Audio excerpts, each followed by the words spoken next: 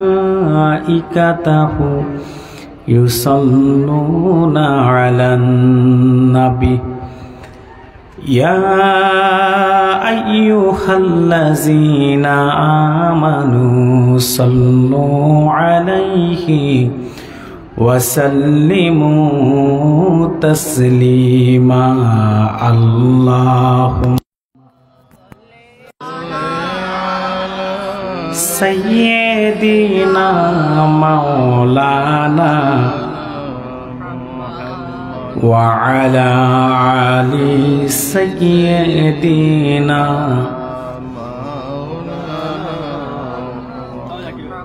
محبت জবান খুলে পড়ুন আল্লাহুম্মা। কয়েল জ্বলতেছে মনে হয় মশার, আমার কষ্ট হচ্ছে।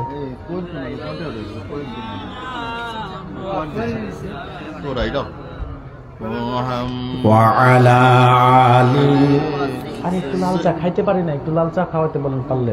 তাড়াহুড়া করে চলে আসছি। मौलाना हबीबे खुदा है आप जनाबे हुजूर मोहब्बते वही है अरशे खुदा की नूर अल्लाहुम्मा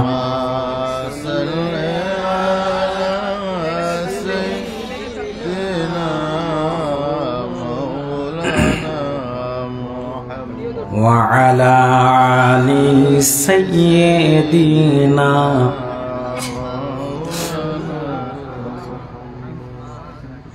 मदीना मदीना मोमिनों की गुनगुना है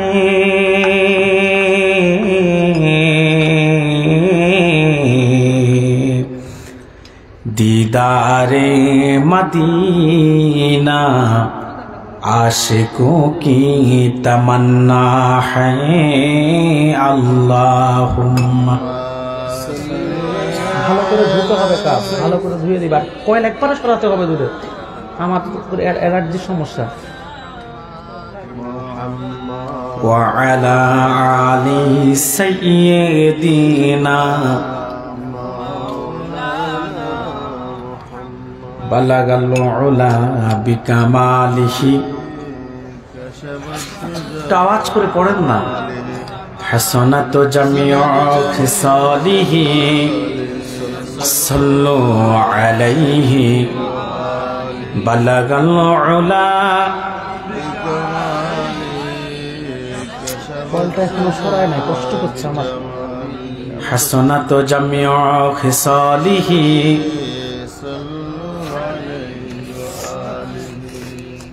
মৌলভীবাজার জেলার সদর উপজেলার দক্ষিণ মিরপুর এলাকার সকল মুর্দেগানের ইসালা সব উপলক্ষে হিলফুল ফুজুর ইসলামী যুব সংঘের যুব পরিষদের আয়োজনে আজকের এই সপ্তম বার্ষিক খতমে কোরআন ওয়াজ ও দোয়ার মাহফিল 2025-এর উপস্থিত সম্মানিত সভাপতি জনাব হাফিজ কারি মোহাম্মদ আব্দুল ওয়াহিদ সাহাব বারাকাল্লাহু ফি উমরি, হাফিজ কারি মোহাম্মদ আব্দুল মুকিত সাহাব, হাফিজ কারি মোহাম্মদ সবিল উদ্দিন সাহাব, হাফিজ কারি মোহাম্মদ জমির উদ্দিন সাহাব। মাশা আল্লাহ, আল্লাহ আমার প্রত্যেকটা প্রিয় ভাইকে নেক হায়াত দান করুক, বলি আল্লাহুম্মা আমিন। আজকের যিনি প্রধান অতিথি অলি ইবনে অলি সাহেব জাদায়ে ফুলতলি শামসুল উলামা আল্লামা ফুলতলি সাহেব কেবলার যোগ্য উত্তরসূরি, বাদে দেউরাইল ফুলতলি কামিল মাদ্রাসার সাবেক প্রিন্সিপাল অধ্যক্ষ আল্লামা নজুমউদ্দিন চৌধুরী সাহেব জাদায়ে ফুলতলি বারাকাল্লাহু ফি হায়াতিহি, সকলে বলি আল্লাহুম্মা আমিন। আমার সামনে উপস্থিত বাবার বয়সী পরম শ্রদ্ধেয় মুরব্বী বাবাজিরা, তারুণ্যের উচ্ছ্বাস উদ্দীপনায় ভরপুর, অন্যায় ও অসত্যের বিরুদ্ধে বলিষ্ঠ কণ্ঠস্বর আমার কলিজার টুকরা যুবক ভাইয়েরা, জাতির শ্রেষ্ঠ সন্তান উলামায়ে কেরাম, বিভিন্ন স্কুল কলেজ ইউনিভার্সিটির ছাত্র বন্ধুগণ, রাজনীতিবিদ, শিক্ষাবিদ, ব্যবসায়ী, চাকুরিজীবী, বিভিন্ন শ্রেণী পেশায় কর্মরত কর্মজীবী ভাইয়েরা, ছোট্ট ছোট্ট সোনামণিরা, পর্দার অন্তরালে অবস্থিত অবলা সরলা সতীসাধ্যী দিনদার ইমানদার নেককার সলেহা পর্দানিশীন মা ও বোনেরা, সকলের প্রতি শ্রেণী মোতাবেক শ্রদ্ধা, ভালোবাসা এবং স্নেহ জ্ঞাপন করছি। শুরুতে প্রশংসা আদায় করছি মহান মনিবের দরবারে, যে মহান মনিব প্রচণ্ড শীতের রাতে একমাত্র আল্লাহর কোরআনকে মহাব্বত করে আজকে আমাদের আল্লাহর কিছু কোরআনের প্রেমিককে, কিছু সংখ্যক মানুষকে আজকের এই বেহেশতের ময়দানে, বেহেশতের বাগানে দয়া করে আসার অবসার তৌফিক ভিক্ষা দান করেছেন। সেজন্য আসুন আমরা সকলে একবার হৃদয়ের সবটুকুন আবেগ অনুভূতিকে উচ্ছ্বাস করে, দিল মন উজাড় করে, অবনত চিত্তে সমবেত কণ্ঠে সিংহের ন্যায় গর্জন দিয়ে কালিমাতুশ শুকুর আদায় করি, জবান খুলে বলি আলহামদুলিল্লাহ। বেশুমার, তার চাইতে অনেক অনেক অনেক বেশি দরুদ এবং সালাম প্রেরণ করছি আল্লাহর আখিরি নবী, নবিকুলের সম্রাট, মানবতার মহান শিক্ষক মুহাম্মদ আল আরবি নূর নবী হযরত মুহাম্মদ সাল্লাল্লাহু আলাইহি ওয়াসাল্লামের উপর আল্লাহ তাআলা জিনাকে আজ থেকে ১০০০ বছর আগে পবিত্র রবিউল আউয়াল মাসে পবিত্র মক্কা নগরীতে পিতা আব্দুল্লাহ এবং মা আমেনার কোল ঘেঁষে গোটা জগৎবাসীর জন্য রহমত হিসেবে প্রেরণ করেছেন। বিনা দরখাস্তে আমাদেরকে রাহমাতুল লিল আলামিনের উম্মত হিসেবে কবুল ও মঞ্জুর করেছেন। শুকরিয়াতান আমরা আরেকটি বার বলছি আলহামদুলিল্লাহ। আপনারা সবাই কেমন আছেন? যে আওয়াজে বললেন মনে হয় খুব একটা ভালো নাই। সবাই কেমন আছেন? আজকের মাহফিলে আসতে পেরে, বসতে পেরে আপনারা খুশি না বেজার? কম না বেশি? শুধু বেশি না অনেক বেশি? আপনারা খুশি, আল্লাহ তাআলাও খুশি, ঠিক কিনা বলেন? আল্লাহর রাসূল খুশি, কায়নাত খুশি, মাখলুকাত খুশি, সব খুশি। শুধু বেজার হচ্ছে পাপিষ্ঠ অভিশপ্ত শয়তান। তবে শয়তান আপনাদের প্রতি বেজার হলো, তাদের প্রতি খুশি আছে যারা মাহফিল রেখে মেলায় ঘুরতেছে। আমি তো আসার সময় দিক দিয়ে আসলাম, আমি দেখলাম সেটা খুব জমজমাট, ঠিক কিনা বলেন? পুরা কোপাল জাতি দুনিয়াকে এত বেশি প্রাধান্য দেয়, দ্বীনের প্রতি কোনো মহাব্বত নাই, দরদ নাই, ঠিক কিনা বলেন? মনে রাখবেন, আদনা কোন ইমানদারও যদি হয় আল্লাহর কোরআনের মাহফিলকে বাদ দিয়ে মেলায় ঘুরতে পারে না। যাদের ইমানে দুর্বলতা আছে তারাই কোরআনের মাহফিলকে বাদ দিয়ে মেলায় ঘুরে, রাস্তাঘাটে অহেতুক আড্ডা দেয়, গল্প করে, দোকানপাটে গল্প করে, ঘরে বসে সময় নষ্ট করে, ঠিক কিনা বলেন? সম্মানিত সুধী, আমি খুব অসুস্থ। গত ২ তারিখ থেকেই আমি খুব অসুস্থ। আপনারা সোশ্যাল মিডিয়ায় হয়তো দেখেছেন যে গত ২ তারিখ আমার প্রোগ্রাম ছিল চাঁদপুর। স্টেজে হঠাৎ করে আমি খুব অসুস্থ হয়ে পড়েছি, আর সেই অসুস্থতা এখনো আমি কেটে উঠতে পারি নাই। এর মধ্যে আপনাদের এখানে খুব তাড়াহুড়া করে আমাকে স্টেজে উঠতে হয়েছে, জন্য এখনো আমাকে নিঃশ্বাস ফেলতে খুব কষ্ট হচ্ছে। কারণ আমরা তো পরিশ্রম করা মানুষ না, যার কারণে আমরা চাইলেই খুব দৌড়াদৌড়ি করতে পারি না, আমাকে খুব রিল্যাক্সে চলাফেরা করতে হয়। কর্তৃপক্ষ আমাকে জানিয়েছিল আমার টাইম 10টায়, তারই আলোকে সেই সময়ের আগে পৌঁছানোর জন্য আমি প্রায় 9টার কয়েক মিনিটের মধ্যে আপনাদের মাহফিলে এসে পৌঁছে গেছি। 9টায় এসে পৌঁছায় গেছি। এরপর থেকে শুরু হলো ফেরা স্টেজ আসার জন্য। 9টায় বললে আমি 8টায় এসে পৌঁছাতাম। যে প্যারাটা আমাকে নিতে হয়েছে, খেতে বসেছি প্যারা, চা খেতে বসে চা না খেয়েই আমাকে দৌড়াতে হচ্ছে, কারণ জিহাদি সাহেব তো আলোচনা ছেড়ে চলে গেছে, আবার আরেক ভাই গজলও শেষ করে ফেলছে একটা, তো খুব দৌড়াদৌড়ি করতে হয়েছে। তাড়াহুড়া করে আসতে গিয়ে এই যে একটা হয়রানি হয়েছে, এখন আমি নিঃশ্বাস ফেলতেই আমার খুব কষ্ট হচ্ছে। ভূমিকাতে দেখেছেন আমি খুব কষ্ট করে খুতবা আমাকে পড়তে হয়েছে। যাই হোক, আল্লাহ তাআলা আমাদের সকলের প্রতি দয়া করুক, বলি আল্লাহুম্মা আমিন। কর্তৃপক্ষ একটা নির্দিষ্ট বিষয় দিয়েছে আমাকে, শানের ইসহালাত।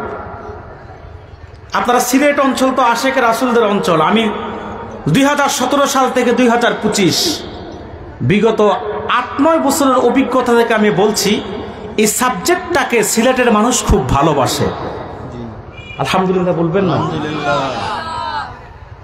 এই শানে রিসালাত সাবজেক্টটাকে এত ভালোবাসে, এই 2017 থেকে 2025 পর্যন্ত 9 বছরে শানে রিসালাতের উপরে বিভিন্ন সূরার আলোকে, বিভিন্ন আয়াতের আলোকে বহুভাবে আলোচনা করে আসতেছি আলহামদুলিল্লাহ। তবে মনে রাখবেন, শানে রিসালাত এই বিষয়ের উপরে কথা বললে মুমিনের ঈমান তাজা হয়, মুমিনের অন্তর প্রশান্তি লাভ করে। বলেন সুবহানাল্লাহ। আশিক রাসূল যে সে ব্যক্তি শানে রিসালাতের আলোচনা শুনলে তার ঈমান তাজা হয় এবং সে প্রশান্তি লাভ করে। সুবহানাল্লাহ। আজকে আমি কোনো প্রকার ভূমিকা ছাড়াই সরাসরি মূল আলোচনায় প্রবেশ করছি।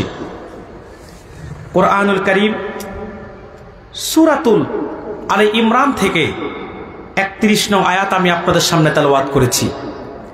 তেলাওয়াতকৃত আয়াতের আলোকে নির্ভরযোগ্য মুহাদ্দিস এবং মুফাসসিরদের দৃষ্টিকোণ থেকে বর্তমান প্রেক্ষাপটকে সামনে রেখে কিছু কথা আপনাদের সামনে আমি তুলে ধরবো। আমাকে বলেছে যে শানে রিসালাতের পাশাপাশি বর্তমান প্রেক্ষাপটের আলোকেও কিছু কথা বলতে।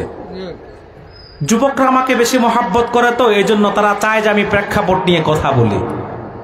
কিন্তু আমি প্রেক্ষাপট নিয়ে কথা বললে একদল যেমন খুশি হয়, আরেক দলের চুলকানিও বাড়ে।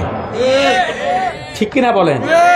কিন্তু আমি আরেক জগতের মানুষ, আমি নির্ভীক বান্দা, কাউকে আমি ভয় টয় পাই না। সোশ্যাল মিডিয়া আপনারা আমাকে দেখেন, প্রত্যেকটা হক কথা বলতে আমি বেঈমানের নাকের ডগায় সত্য বলার সাহস রাখি আলহামদুলিল্লাহ।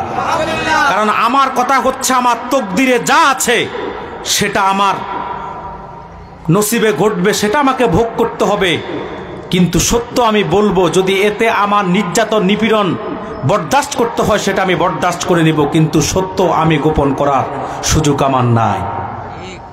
তা আমাকে সাবজেক্ট দিয়েছে শানে রিসালাত এবং প্রেক্ষাপটের আলোকে কিছু কথা বলতে। সূরাতুল আলে ইমরান থেকে যে আয়াত আমি তেলাওয়াত করেছি, এই আয়াতটিকে সামনে রেখে কিছু কথা তুলে ধরব। আল্লাহর নামে 3টি তাকবীর দিয়েই আমরা আলোচনা শুরু করছি।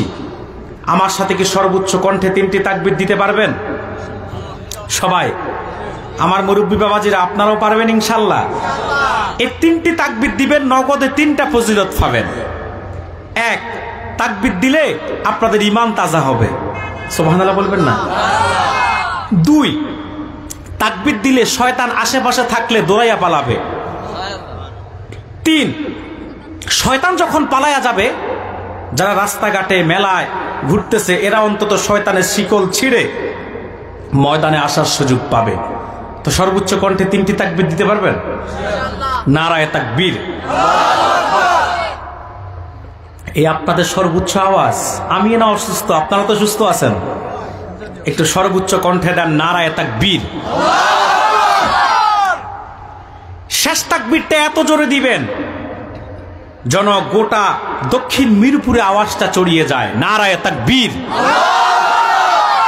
নারায়ে রিসালাত, আহলে সুন্নাত ওয়াল জামাত। আল্লাহ আমাদের তাকবীরকে তুমি কবুল করে নাও, বলি আল্লাহুম্মা আমিন। আজকে আমরা তেলাওয়াত করেছি সূরাতুল আলে ইমরান থেকে। বলুন কোন সূরা থেকে?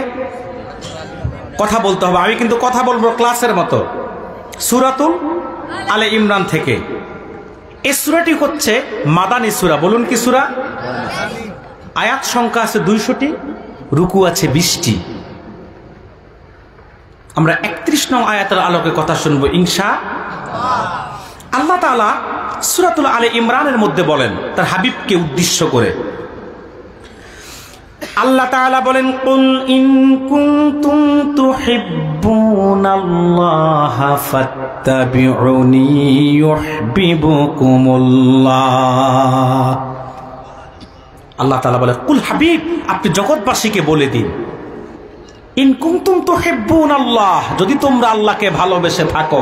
আমরা আল্লাহকে ভালোবাসি কি বাসি না? ফাত্তাবিউনি, আমার অনুসরণ করো, আমার অনুকরণ করো। আমিটাকে আল্লাহর রাসূল। কে? আল্লাহর রাসূল। তাতে লাভ কি? ইউহিব্বুকুমুল্লাহ, স্বয়ং আল্লাহ তোমাদেরকে ভালোবাসবেন। ওয়ায়াগফির লাকুম যুনুবাকুম, আল্লাহ তোমাদের গুনাহগুলোকে ক্ষমা করে দিবেন। সুবহানাল্লাহ বলবেন না? ওয়াল্লাহু গাফুরুর রহিম, আল্লাহ তাআলা ক্ষমাশীল, আল্লাহ তাআলা দয়াবান। বলেন সুবহানাল্লাহ। এই হচ্ছে তেলাওয়াতকৃত আয়াতের সরল তরজমা। এবার শুনবো ব্যাখ্যা। আল্লাহ বলে, হাবিব আপনি জগৎবাসীকে বলে দিন, ইন কুনতুম তুহিব্বুন আল্লাহ, যদি তোমরা আল্লাহকে ভালোবেসে থাকো। আমরা আল্লাহকে ভালোবাসি কি বাসি না? কম না বেশি? শুধু বেশি না অনেক বেশি? ব্যবসার চাইতে, চাকরির চাইতে, রাজনীতির চাইতে, ধান্দাবাজির চাইতে, চাকরি বাকরি, সন্তান পিতামাতা, জানের চাইতে মনে রাখবেন মুসলমান, যদি আপনি জানের চাইতে, ব্যবসার চাইতে, চাকরির চাইতে, রাজনীতি ধান্দাবাজির চাইতে আল্লাহ এবং রাসূলকে বেশি ভালোবাসতে না পারেন, তো আপনি মুমিন না, আপনি মুনাফিক। আপনি কি মুমিন না, আপনি মুনাফিক। কিন্তু দুঃখটা আমার কোথায় জানেন? আমরা আল্লাহকে ভালোবাসি, মুখে বলি, কিন্তু বাস্তবে পরীক্ষায় আমরা ফেল করি। ঠিক কিনা বলেন? আমাদের কারো কাছে ব্যবসা বেশি প্রিয়, আমাদের কারো কাছে চাকরি বেশি প্রিয়, আমাদের কারো কাছে সন্তান বেশি প্রিয়, পিতামাতা বেশি প্রিয়, সম্পদ বেশি প্রিয়, রাজনীতি বেশি প্রিয়, ধান্দাবাজি বেশি প্রিয়। এই জন্যই তো দেখবেন ব্যবসা ঠিক রাখতে গিয়ে আমরা আল্লাহর শানে বেয়াদবি করছি, চাকরি ঠিক রাখতে গিয়ে আল্লাহর শানে বেয়াদবি করছি, রাজনীতিতে দলীয় পথ ঠিক রাখতে গিয়ে, নেতা নেত্রীর মনোরঞ্জন করতে গিয়ে আল্লাহ এবং রাসূলের খেলাফ বক্তব্য দিচ্ছি। শুধু শানের খেলাফ বক্তব্য দিচ্ছি তা না, এমন কথা বলছি, কাজ করছি যেটার কারণে আমাদের ঈমান পর্যন্ত চলে যাচ্ছে। নাউজুবিল্লাহ পড়েন। মনে রাখবেন ভাইয়েরা, খাঁটি মুমিন যে হবে, ইমানের দাবি যে করবে, মুমিন নিজেকে যে পরিচয় দিবে, তার কাছে চাকরি বাকরি, ব্যবসা, রাজনীতি সবকিছুর চাইতে আল্লাহ এবং রাসূল বেশি প্রিয় হবে। সহিহ বুখারীর বর্ণনা, আনাস বিন মালিক বলেন, আল্লাহর হাবিব ইরশাদ করেছেন, লা ইউমিনু আহাদুকুম হাত্তা কুনা হাব্বা ইলাইহি মিন ওয়ালিদিহি ওয়া ওয়ালাদিহি ওয়ান নাসি আজমাইন, তোমাদের মধ্যে কেউ ততক্ষণ পর্যন্ত পরিপূর্ণ মুমিন হতে পারবে না যতক্ষণ পর্যন্ত তার ব্যবসা বাণিজ্য, চাকরি বাকরি, পিতামাতা, সন্তান স্বয়ং তার জীবনের চাইতেও বেশি আল্লাহ এবং রাসূলকে ভালো না বাসবে। এই হাদিসের ব্যাখ্যায় কতজন যে আমরা বিপদে পড়ে আছি তার কোনো হিসাব নাই। ঠিক কিনা বলেন? কারণ এই হাদিসের ভাষ্য মতে যদি আমি বক্তাও আমার জীবনের চাইতে আল্লাহ রাসূলকে বেশি ভালোবাসতে না পারি, তো আমিও খাঁটি মুমিন হতে পারি না। ঠিক কিনা বলেন? আপনি শ্রোতাও যদি আল্লাহ এবং রাসূলকে জীবনের চাইতে বেশি ভালোবাসতে না পারেন, তো আপনিও পরিপূর্ণ মুমিন হতে পারেন না। হযরত ওমরের মতো ব্যক্তি পর্যন্ত আটকা পড়ে গিয়েছিল। সহিহ মুসলিমের বর্ণনা, আব্দুল্লাহ ইবনে হিশাম বলেন, আল্লাহর হাবিবের সাথে ওমর একদিন হাঁটছিলেন, আল্লাহর হাবিবের নূরের হাত মুবারকের মধ্যে ওমরের হাত। আল্লাহ তাআলা নবুয়তের সালাতের দরজাকে চিরতরে বন্ধ করে দিয়েছেন। আমার পরে আর কোনো নবী নাই, আর কোনো রাসূল নাই। যদি আমার পরে কেউ নবী হতো, আমার পরে কেউ রাসূল হতো, লাকানা ওমর, সে হতো ওমর। সেই ওমরকে যদি রাসূল বলে, ওমর জীবনের চাইতে যেহেতু আল্লাহ এবং রাসূলকে বেশি ভালোবাসো না, তুমি এখনো পরিপূর্ণ মুমিন হতে পারো নাই। ওমরের ব্যাপারে যদি এমন কথা হয়, তো আমার আপনার অবস্থা কি হবে? হাদিস সাক্ষী। এবার ওমর একটু ধ্যান করলেন, চিন্তা করলেন যে আমি রাসূলের সাথে কোনো এক যুদ্ধে গেলাম, আমি আর রাসূল ছাড়া কেউ নাই, চতুর্দিক থেকে সশস্ত্র অবস্থায় ইসলামের শত্রুরা আমাকে এবং আল্লাহ রাসূলকে ঘেরাও করে ফেলেছে। এই মুহূর্তে আমি ওমর কি করব? নিজের জান নিয়ে পালিয়ে বাঁচবো, নাকি নিজের জীবনের বিনিময়ে আল্লাহর রাসূলের জানকে বাঁচাবো? ওমর চিন্তা করতেছে আমি কি করব। ওমরের মন ওমরকে সায় দেয়, ওমরের মন ওমরকে সাড়া দেয়। রে ওমর, যদি এমন পরিস্থিতিতে পড়ে যাও নিজের জীবনের বিনিময় হলো আল্লাহর হাবিবকে তুমি বাঁচাবে, সেভ করবে। এবার ওমর আল্লাহর হাবিবকে ডাক দিয়ে বলে, হুজুর এখন থেকে আমি ওমর আমার জীবনের চাইতেও আপনি রাসূলকে বেশি ভালোবাসি, আল্লাহকে বেশি ভালোবাসি। আল্লাহ রাসূল বলল, আল আন ইয়া ওমর, ওমর এখন তুমি পরিপূর্ণ মুমিন হতে পেরেছো, বলেন সুবহানাল্লাহ। তো আল্লাহ এবং রাসূলকে ভালোবাসতে হবে জীবনের চাইতে বেশি। রাসূলুল্লাহর প্রত্যেকটা সাহাবী সেই দৃষ্টান্ত স্থাপন করেছেন। আপনারা জানেন সাহাবায়ে কেরাম আল্লাহ এবং রাসূলের ভালোবাসা পাওয়ার জন্য বাড়ি ছেড়েছেন, এলাকা থেকে হিজরত করেছেন, অর্থ সম্পদ প্রাচুর্যের মায়াকে ত্যাগ করেছেন, আঘাত নির্যাতন নিপীড়নকে বরদাস্ত করেছেন। করেন নাই? কথা বলে না। আপনারা জানেন সাহাবায়ে কেরাম হিজরত পর্যন্ত করেছেন। আপনারা তো জানেন সাহাবায়ে কেরাম হিজরত করেছে 13 বছর বয়সে।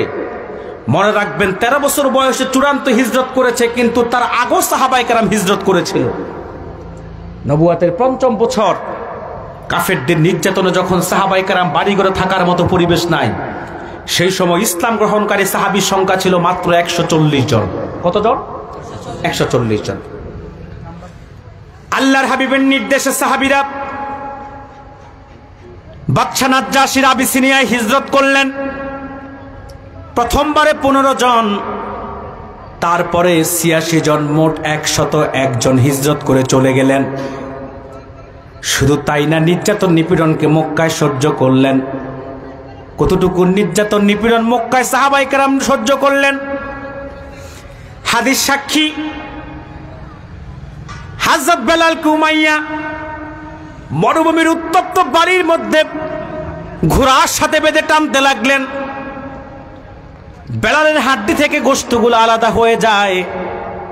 আমি আপনি হলে তো ওই সময়ে গিয়ে নিজের জীবন বাঁচানোর জন্য ঈমান ছাড়তাম। কথা বলছেন না কেন? আজকে যে যুগে আমরা শুধু ভোট পাওয়ার জন্য ঈমান বিক্রি করে দিচ্ছি, আর জীবন বাঁচানোর জন্য তো ঈমান বিক্রি করতাম, এতে কোনো সন্দেহ নাই। আমি আপনি হলো তা করতাম। তো আজকের জামানায় আমরা শুধুমাত্র হিন্দুদের কিছু ভোট পাওয়ার জন্য ঈমান বিক্রি করতেছি। দেখেন না কিছু মুসলিম নামধারী এখন কিছু মুনাফেক হিন্দুদের 6% ভোট পাওয়ার জন্য মন্দির পাহারা দেওয়া শুরু করছে। কথা বলে না, শুধু মন্দির পাহারা দিচ্ছে তা না, সেখানে গিয়ে প্রসাদ খাচ্ছে, গীতা পাঠ করতেছে, আবার বলতেছে যে এবারের শারদীয় দুর্গা বিগত বছরের চাইতে ভালোভাবে উদযাপন করেন। নাজুবিল্লাহ বলবেন না? মৌলভীবাজারবাসী মনে রাখবেন, ইসলাম সাম্প্রদায়িক সম্প্রীতির কথা বলে, অন্য ধর্মের অধিকারকে নিশ্চিতের কথা বলে, কিন্তু বাংলাদেশে সাম্প্রদায়িক সম্প্রীতির নামে যে ভণ্ডামি চলছে, যেই পরিমাণ শিরিক এবং কুফরকে প্রমোট করা হচ্ছে, যেই পরিমাণ বিধর্মীদের পালন করা হচ্ছে, এটা ইসলাম কোশ্চিন কেন সমর্থন করে না? এটা শিরকি কাজ, কুফরি কাজ, নাজায়েজ কাজ। ঠিক কিনা বলেন? শুধুমাত্র সামান্য কিছু ভোটের জন্য যারা ঈমান বিক্রি করতেছে, তারা তো নিজেদের জান বাঁচানোর জন্য ঈমান বিক্রি করতো, তাতে কোনো সন্দেহ নাই। ঠিক কিনা বলেন?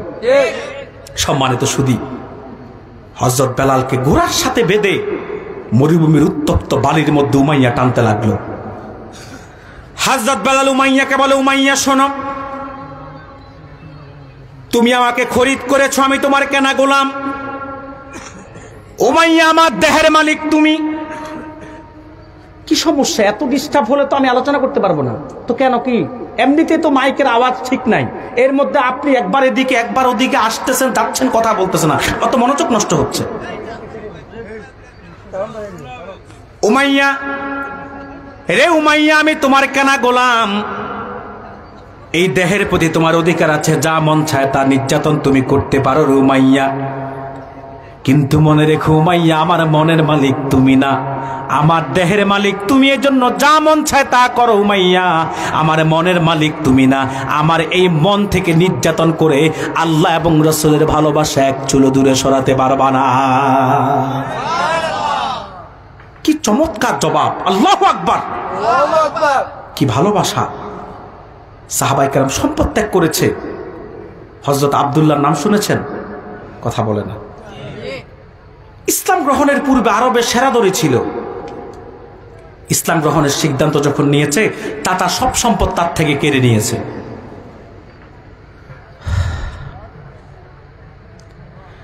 সব সম্পদ হাসি মুখে চাচাকে দিয়ে দিয়েছে, শুধুমাত্র শরীরের পোশাকটা ছাড়া। কিন্তু পাষণ্ড চাচা বলল, ভাতিজা শুধু সম্পদ দিয়ে দিয়েছ তা চলবে না, তোমার দেহের মধ্যে যে পোশাকটা সেটাও তো আমার দেওয়া, সেই পোশাকটাও খুলে দিয়ে দিতে হবে। হযরত আব্দুল্লাহ পোশাকটাও খুলে দিয়ে দিলেন, উলঙ্গ হয়ে গেলেন। উলঙ্গ অবস্থায় মায়ের সামনে গিয়ে দাঁড়ালেন হযরতে আব্দুল্লাহ। যুবক ছেলেকে উলঙ্গ দেখে মা পুরাতন একটা কম্বলকে ছুঁড়ে মারলেন। এই পুরাতন কম্বলটাকে দেহের মধ্যে আবৃত করে হযরতে আব্দুল্লাহ দরবারে নববীতে আল্লাহর হাবিবের নূরের কদমে হাজির হলেন। আল্লাহর হাবিব বলে, কে তুমি? পরিচয় দিল। বলল, কেন এসেছো? বলল, হুজুর, আরবের সেরাদনী ছিলাম, ইসলাম গ্রহণের সিদ্ধান্ত নেওয়ার কারণে চাচা সব সম্পদ কেড়ে নিয়েছে, শরীরের পোশাকটাও চাচা কেড়ে নিয়েছে। মায়ের দেওয়া একটি পুরাতন কম্বলকে সম্বল বানাই আপনার কদমে হাজির হয়েছি, বাকি জীবনটা কাটিয়ে দিতে চাই। আল্লাহর হাবিব বলল, আজ থেকে তোমার নাম আব্দুল্লাহ। রাসূলুল্লাহর কদমে কাটিয়ে দিতে লাগলো। তাবুকের ময়দানে বৃষ্টিতে ভিজার কারণে আব্দুল্লাহ জ্বর আসলো, আব্দুল্লাহ শাহাদাত বরণ করলেন।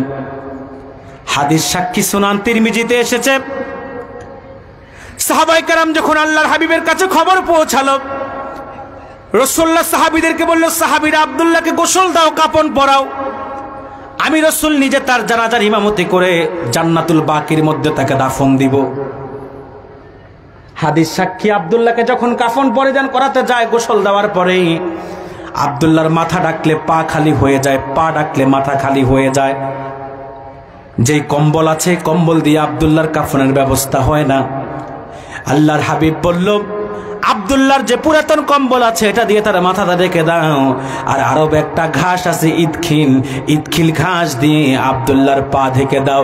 আরবের সেরাদনী ছিল, অথচ ইসলাম গ্রহণ করার কারণে কাফনের কাপড়টা পর্যন্ত তার ভাগ্যে পরিপূর্ণ জোটে নাই।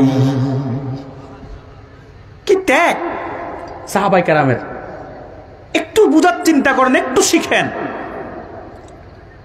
সাহাবায়ে কেরাম আল্লাহ এবং রাসূলকে এত ভালোবাসতো, আল্লাহ এবং রাসূলের ভালোবাসার ক্ষেত্রে যদি বাবা বাধা হয়ে দাঁড়িয়েছে, সেই বাবাকে পর্যন্ত সাহাবায়ে কেরাম ছাড় দেয় নাই। আপনারা জানেন, ইসলামের প্রথম যুদ্ধ ছিল বদর যুদ্ধ। কোন যুদ্ধ? বদর যুদ্ধ।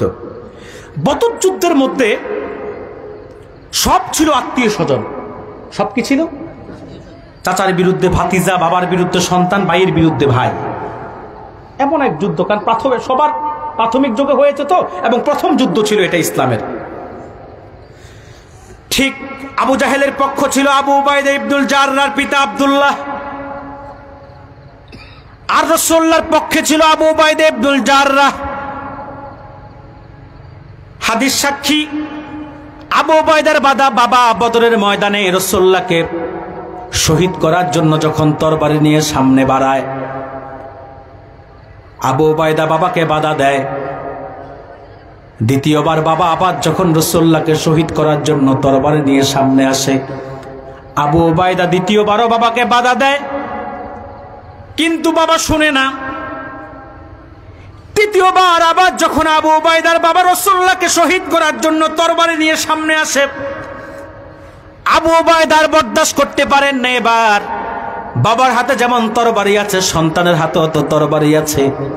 হাদিস সাক্ষী এবার আবু উবাইদার এই যে তরবারিকে, নাঙ্গা তরবারিকে কোষমুক্ত করলেন, আর শরীরের যতটুকুন শক্তি আছে সবটুকুন হাতে সঞ্চয় করে এক মুহূর্তের মধ্যে বাবার মাথাটা রাসূলুল্লাহর মহব্বতে দেহ থেকে আলাদা করে দিলে।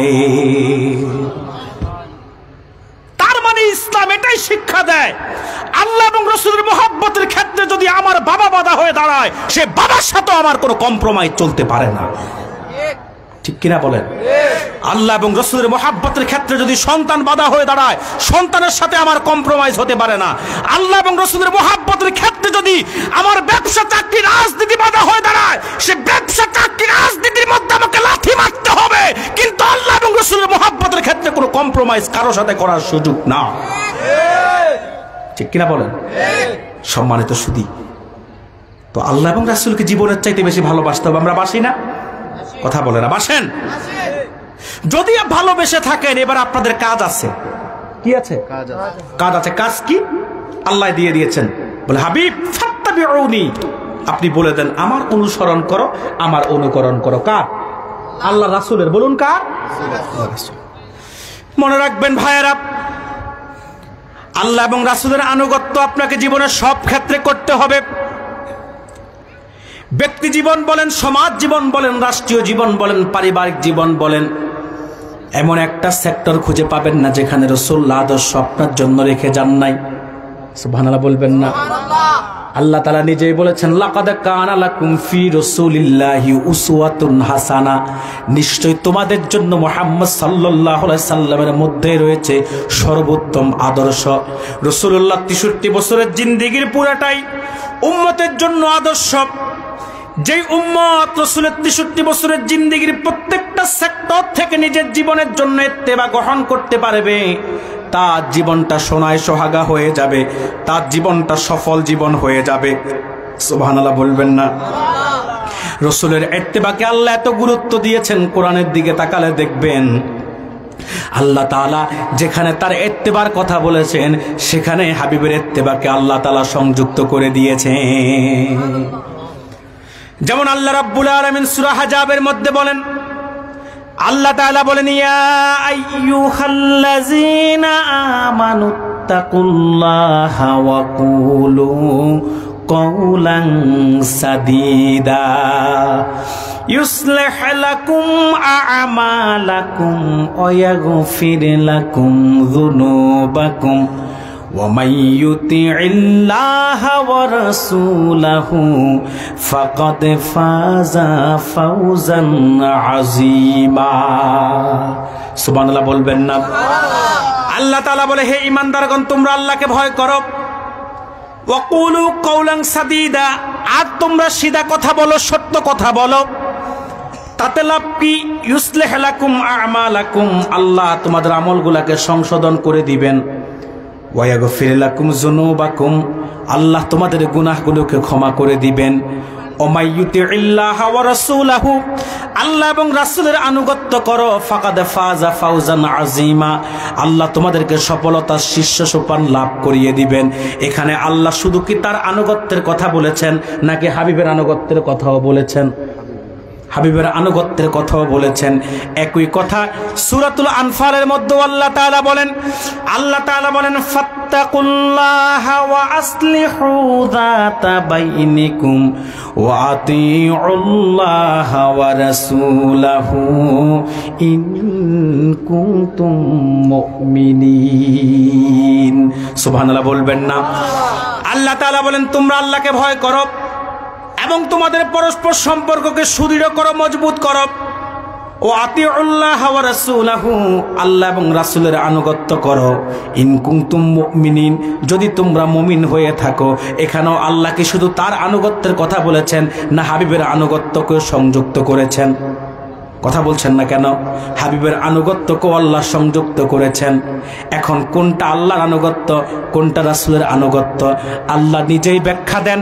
মাইয়ুতিইর রাসূলা ফাকাদ আতা আল্লাহ, ১৫০০ বছর আগে আমার হাবিব যে আদর্শ উপহার দিয়েছে, সেই আদর্শের আনুগত্য যে করবে, অটোমেটিক তার দ্বারা আল্লাহর আনুগত্য হয়ে যাবে। রাসূল ১৫০০ বছর আগে যে উসওয়াত, সুন্নাত, আদর্শ, রীতি, নীতি, সিস্টেম, তরিকা, পদ্ধতি, নিয়ম, কানুন উম্মতের জন্য উপহার দিয়েছেন, সেটার ইত্তেবা যে করবে, অটোমেটিক তার দ্বারা আল্লাহর ইত্তেবা হয়ে যাবে। আপনি কি জানেন আপনি কতটুকু না রাসূলের ইত্তেবা করি? আমরা তো যেখানে সুবিধা আছে সেখানে আমরা আছি, যেখানে সুবিধা নাই সেখানে আমরাও নাই। কথা বলে না? আমরা রাসূলের ইত্তেবা করি, মিষ্টি খাওয়া সুন্নাত, ঠিক না? খাবার খেতে বসলে দস্তরখানে খাওয়া সুন্নাত।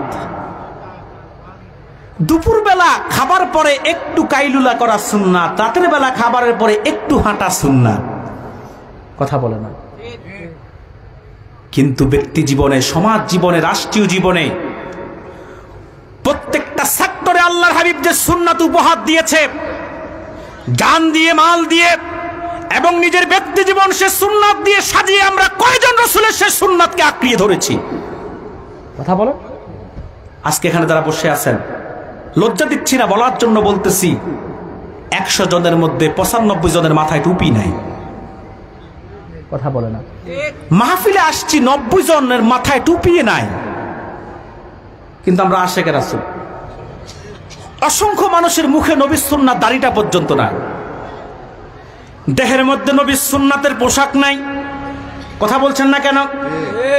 আমাদের চলন বলন, আমাদের পোশাক আশাক, আমাদের তরিকা, আমাদের নিয়ম কানুন, কোনো কিছুতেই তো সুন্নাতের কোনো বালাই আমাদের মধ্যে নাই। এবার আসেন পরিবার, এবার আসেন সমাজ, এবার আসেন রাষ্ট্র, যেখানে ব্যক্তি জীবনে নবীজির সুন্নাতের কোনো ধার ধারি না আমরা। পরিবার, সমাজ, রাষ্ট্র তো অনেক পরের কথা।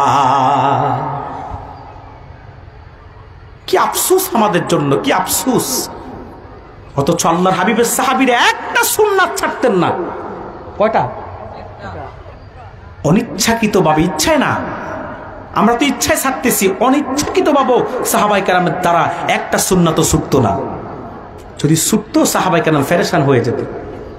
সহিহ বুখারীতে হাদিস এসেছে আনাস বিন মালিক থেকে,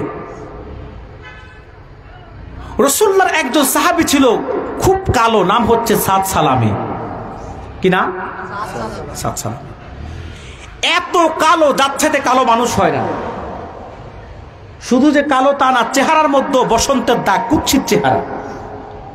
আচ্ছা ভাই, অনেক সময় কালো হইলেও কিংবা চেহারা ভালো না হলো, টাকা থাকলে তো আপনারা, কথা বলে না, তার সাথে ভালো সম্পর্ক করেন না? শুধু ভালো সম্পর্ক কেন, আপনারা মেয়ে বিয়ে দেওয়ার সময় তো টাকা থাকলে 16 বছরের কুমারীকে 40 বছরের বুড়া মেয়ের হাতে তুলে দেন, ঠিক কিনা বলেন? আমেরিকাতে, লন্ডনে সিটিজেনশিপ আসে। সিটিজেনশিপ যদি থাকতে পারে, আর যদি বাড়ি গাড়ি ফ্যাক্টরির মালিক হতে পারে, কড়ি কড়ি পয়সা থাকতে পারে, আপনারা 40 বছরের বুড়া মিয়ার কাছেও 16 বছরের কুমারী মেয়েকে তুলে দেন, ঠিক কিনা বলেন? সাদ সালামি কালো হওয়ার কারণে, চেহারা কুৎসিত হওয়ার কারণে, আবার মদিনার সবচেয়ে গরিব সাহাবীও ছিলেন, যার কারণে মদিনাতে কোনো বাবা তার কাছে মেয়ে বিয়ে দেয় নাই। সাদ সালামি আল্লাহর হাবিবের নূরের কদমে গেল, গিয়ে বলল, ইয়া রাসূলুল্লাহ, ইয়া হাবিবাল্লাহ, হুজুর আমি কি জান্নাতে যেতে পারবো না? আল্লাহর হাবিব বলল, কেন সাদ, তুমি কি ঈমান এনে মুসলমান হও নাই? সাদ সালামি বলল, হুজুর আজ থেকে 8 মাস আগেই আপনার রক্ত জড়া দিন ইসলামের কালিমাকে গলার মালা বানিয়ে আমি মুসলমান হয়ে গেছি। আল্লাহর হাবিব বলল, সাদ যদি তুমি 8 মাস আগেই ইসলাম গ্রহণ করে থাকো, তাহলে তোমার জান্নাতে যেতে বাধা কোথায়? আমি কি আপনাদেরকে বুঝাতে পারতেছি? আপনারা আমার কথা বুঝতেছেন? আমি কিন্তু চেষ্টা করতেছি কোরআন হাদিসের আলোকে একটি ব্যাখ্যা আপনাদের সামনে তুলে ধরতে। কিচ্ছা কাহিনী, হাসাহাসি, রসিকতা কোনোটা করেই আমি কিন্তু সময় নষ্ট করছি না, আর অসুস্থতার কারণে নিজে একটু কষ্ট পাচ্ছি। তারপরে তো 1 ঘন্টা হয়ে গেছে, 9:30টায় বসেছি, এখন 10:30 বেজে গেছে, 13 পাই নাই। এই যে অসুস্থতা নিয়ে 1 ঘন্টা বলছি, 13 পাই নাই মাওলানা। এখন আর কিছুক্ষণ শুনবেন, আর আধা ঘন্টা যদি কষ্ট দিই, কারা কারা কষ্ট করবেন হাত তুলেন তো দেখি। আলহামদুলিল্লাহ। আস্তরায় আমি যদি চাচা আস্তরাত করি, তো পরের বক্তা কখন করবে? আগামীকাল সকালে নাকি? আরো আলোচক আছে, আমার পরে ফিরোজপুরি সাহেব আছে, তিনিও ওয়াজ করবেন ইনশাআল্লাহ। আমি ভাই আমাকে যে সময় দিয়েছে সেটার প্রতি লক্ষ্য রেখে আমি ইনশাআল্লাহ আলোচনা গোছাবো। তা আল্লাহ রাসূল বলল, সাদ যদি ঈমান এনেই থাকো, জান্নাতে যেতে তোমার বাধা কোথায়? সাদ সালামি বলল, হুজুর ঈমান আনার পরে আপনি যা কিছু বলেছেন সব মেনেছি, যা ছাড়তে বলেছেন সব কিছু ছেড়েছি। হুজুর আপনার একটা সুন্নাত আমার দ্বারা ছুটে যায় নাই, কিন্তু ইয়া রাসূলুল্লাহ, ইয়া হাবিবাল্লাহ, ইচ্ছাকৃত না অনিচ্ছাকৃতভাবে একটা সুন্নাত আমি মানতে পারছি না। আপনি রাসূল বলেছেন আন-নিকাহু মিন সুন্নতি ফামান রাগিবা আন সুন্নতি ফালাইসা মিন্নি। আপনি বলেছেন নিকাহ বিবাহ আমার সুন্নাত, যে আমার সুন্নাত থেকে মুখ ফিরালো সে আমার উম্মত না। হুজুরে একটা সুন্নাত মানতে পারছে না বিদায় আমার মনে বড্ড ভয় হচ্ছে আমি জান্নাতে যেতে পারবো কি পারবো না। কয়টা সুন্নাত? আল্লাহ হাবিব বলল সাপ বাতাটা কোথায়? বলল হুজুর মদিনাতে আমার চাইতে গরিব কেউ নাই, অর্থ নাই, সম্পদ নাই, চেহারাটা কুৎসিত, গায়ের রংটা কালো, এজন্য মদিনাতে কোনো বাবা আমার কাছে মেয়ে বিয়ে দেয় না। আল্লাহর হাবিব বলল সাদ সালামি শোনো, তুমি কি বনু সাকিব গোত্রের নেতা যিনি আমর ইবনে হাবাল কারশি তার নাম শুনেছো? বলল হুজুর শুনেছি। আল্লাহর হাবিব বলল তার যে একটা সুন্দরী মেয়ে আছে তুমি কি তা জানো? কে বলল হুজুর জানি। আল্লাহর হাবিব বলল আমি রাসূল তার সঙ্গে তোমার বিবাহ দিয়ে দিলাম। এই ক্ষমতা কি আমার হুজুরের ছিল না? একটু বলেন না, আমার হুজুরে কি ছিল না? আমার রাসূল ছিল শারে শরীয়ত প্রণেতা। আমার রাসূল যেটা চাইতো সেটাকে আল্লাহ দিন বানায়া দিত, রাসূল যেটা অপছন্দ করতো সেটাকে আল্লাহ দুনিয়া বানায়া দিত। সুবহানাল্লাহ। হুজুর বলল যাও আমর ইবনে হাবাল কারশির বাড়িতে বিয়ের প্রস্তাব নিয়ে, তবে আগে অনুমতি নিবা, তার ঘরে ঢোকার আগে দরজায় টোকা দিবা, সালাম দিয়ে অনুমতি নিবা। সুবহানাল্লাহ। কারো ঘরে ঢোকার সুন্নাত কি সেটাও ১,৫০০ বছর আগে আমার রাসূল শিখাইয়া দিয়েছে। এখন তো আমরা কারো ঘরে ঢোকার ক্ষেত্রে কিসের সুন্নাত তরিকা, কিসের অনুমতি? দরজা খোলা আছে তো ডাইরেক্ট ঢুকে পড়ি, কথা বলে না। আবার অনেক সময় দরজা খোলা না থাকলে দরজা ঠেলে ঘরে ঢুকে যায়, কোনো অনুমতির প্রয়োজন নাই। এই ঘরে কি পুরুষ আছে না মহিলা আছে সেটাও তো একটু যাচবাচ করি না, বরং ভাই বাড়িতে নাই সমস্যা কি, বাবি তো আছে, ঘরে ঢুকে বাবির সাথে রসের আলাপ করে এমন দেবর এই মাঠও দুই একজন আছে না না। আবার যাওয়ার সময় বাদাম নিয়ে যায়, বুট নিয়ে যায়, বাবিও বুট আর বাদাম খায় আর দেবরের প্রশংসা করে, কয় স্বামী আমার যেমন তেমন দেওরা আমার মনের মতন। ঠিক কিনা বলেন? মনে রাখবেন কোন দেবরের বাবির সাথে দেখা করা জায়েজ নাই, হারাম। কোন দুলাভাইয়ের শালীর সাথে দেখা করা জায়েজ নাই, হারাম। ইসলাম যে 14 জনকে জায়েজ করেছে সে 14 জনের বাইরে যেই হোক তার সাথে দেখা করা জায়েজ নাই। অসুস্থ হলো তাকে দেখা যাবে না, যদি সে মারাও যায় তাকে দেখা যাবে না। কিন্তু আছে আমাদের মধ্যে পর্দার কোনো বালাই। কিসের পর্দা? মৌলভীবাজার শহর দিয়ে তো আসলাম, কি পরিস্থিতি, নারীদের জবাব চলাফেরা। এই যে দুনিয়ার মধ্যে এত আযাব, এত গজব, ভূমিকম্প ধাক্কা মারে কয়দিন পর পর, কেন মারে? মনে রাখবেন জমিনের মধ্যে যখন বেহায়াপনা বেড়ে যাবে, অশ্লীলতা বেড়ে যাবে, অন্যায় বেড়ে যাবে, তখনই আল্লাহ তাআলা এই জমিনকে কাঁপায়া বান্দাকে সতর্ক করবেন। কথা বলে না? আপনার আজকে জমিনের মধ্যে চলেন তো কিভাবে চলেন? আছে কোনো পর্দার বালাই? আছে কোনো শরীয়তের তোয়াক্কা? যে যার মতো যেমনে মন যেমনে চলতেছি, কি মুসলমান আমরা না ভিন্ন কোনো মতাদর্শের লোক, সেটাও তো বুঝা এখন দুষ্কর হয়ে গেছে। মুসলমানের ঘরগুলো এখন বিধর্মীদের ঘরে পরিণত হয়ে যাচ্ছে। কথা বলেন? আগে মুসলমানের ঘরগুলাতে সকাল হতো আল্লাহর ফজর নামাজ দিয়ে, আল্লাহর কোরআনের তেলাওয়াতের আওয়াজের মাধ্যমে। আবার মুসলমানরা শুইতে যাইতো আল্লাহর এশার নামাজ পড়ে, আল্লাহর কোরআন তেলাওয়াত করে। আর এখন সকাল কি সন্ধ্যা কি রাত কি দুপুর কি দিন চলতেছে তো চলতেছে টেলিভিশন, মোবাইল, এগুলোর মধ্যে গান বাদ্য, এই তালেই তো মুসলমানের ঘর এখন চলতেছে। যুবকগুলা তো এই মোবাইল ফোনের প্রতি এত আকৃষ্ট হয়েছে, এদের কখন রাত হয় কখন দিন হয় তাদের তো খবরই নাই। কথা বলে না? মোবাইল নিয়ে মোনাজাত ধরে থাকে 24 ঘন্টা। কেউ ব্যস্ত ফেসবুকে, কেউ ব্যস্ত ইউটিউবে, কেউ ব্যস্ত টিকটকে, আর কেউ ব্যস্ত পাবজি ফ্রি ফায়ার গেমসে, আর কেউ ক্যাসিনোর জুয়াতে। এই মোবাইলের প্রতি আকৃষ্ট হওয়ার কারণে যুবকরা এখন কখন ঘুমায় কখন ওঠে কোনো খেয়াল নাই, কোনো নিয়মতান্ত্রিকতা নাই। আমি বলে থাকি যুবকরা ঘুমাতে যায় রাত 4টায়, ওঠে দুপুর 1টায়। ভালো না? ঠিক না? এদের পরিস্থিতি এমন হয়েছে, এরা ঘুমাতে ঘুমাতে রাত শেষ, ঘুম থেকে উঠতে উঠতে এদের দিন শেষ, আর এদের চিন্তায় এদের বাবা মায়ের জীবন শেষ। ঠিক কিনা বলেন? ভাইয়েরা আমার, তো আমরা পর্দার কোনো বালাই এখন আমাদের মধ্যে নাই। ও দক্ষিণ মিরপুরের ভাইয়েরা বাবাজিরা, মৌলভীবাজারের সদরের ভাইয়েরা বাবাজিরা, মনে রাখবেন প্রত্যেকটা মুসলিম নর এবং নারীর জন্য পর্দা করা ফরজ। ইসলাম পর্দার ব্যাপারে এত কঠোরতা দিয়েছে, এত কঠোরতা দিয়েছে। রাসূল বলেছে একজন মহিলা যদি বেপর্দায় চলে তার জন্য 4 জন পুরুষকে জাহান্নামে জ্বলতে হবে। বলেন নাউজুবিল্লাহ। একজন হলো তার পিতা, একজন হলো তার স্বামী, একজন হলো তার সন্তান, একজন হলো তার ভাই।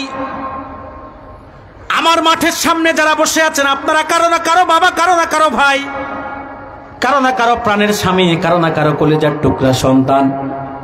আপনার মেয়ে, আপনার বোন, আপনার স্ত্রী, আপনার মা যদি বেপরদায় বেহায়াপনায় চলে সেটার দায়ভার আপনাকেই নিতে হবে। সেটার জন্য আপনাকেও জাহান্নামে জ্বলতে হবে।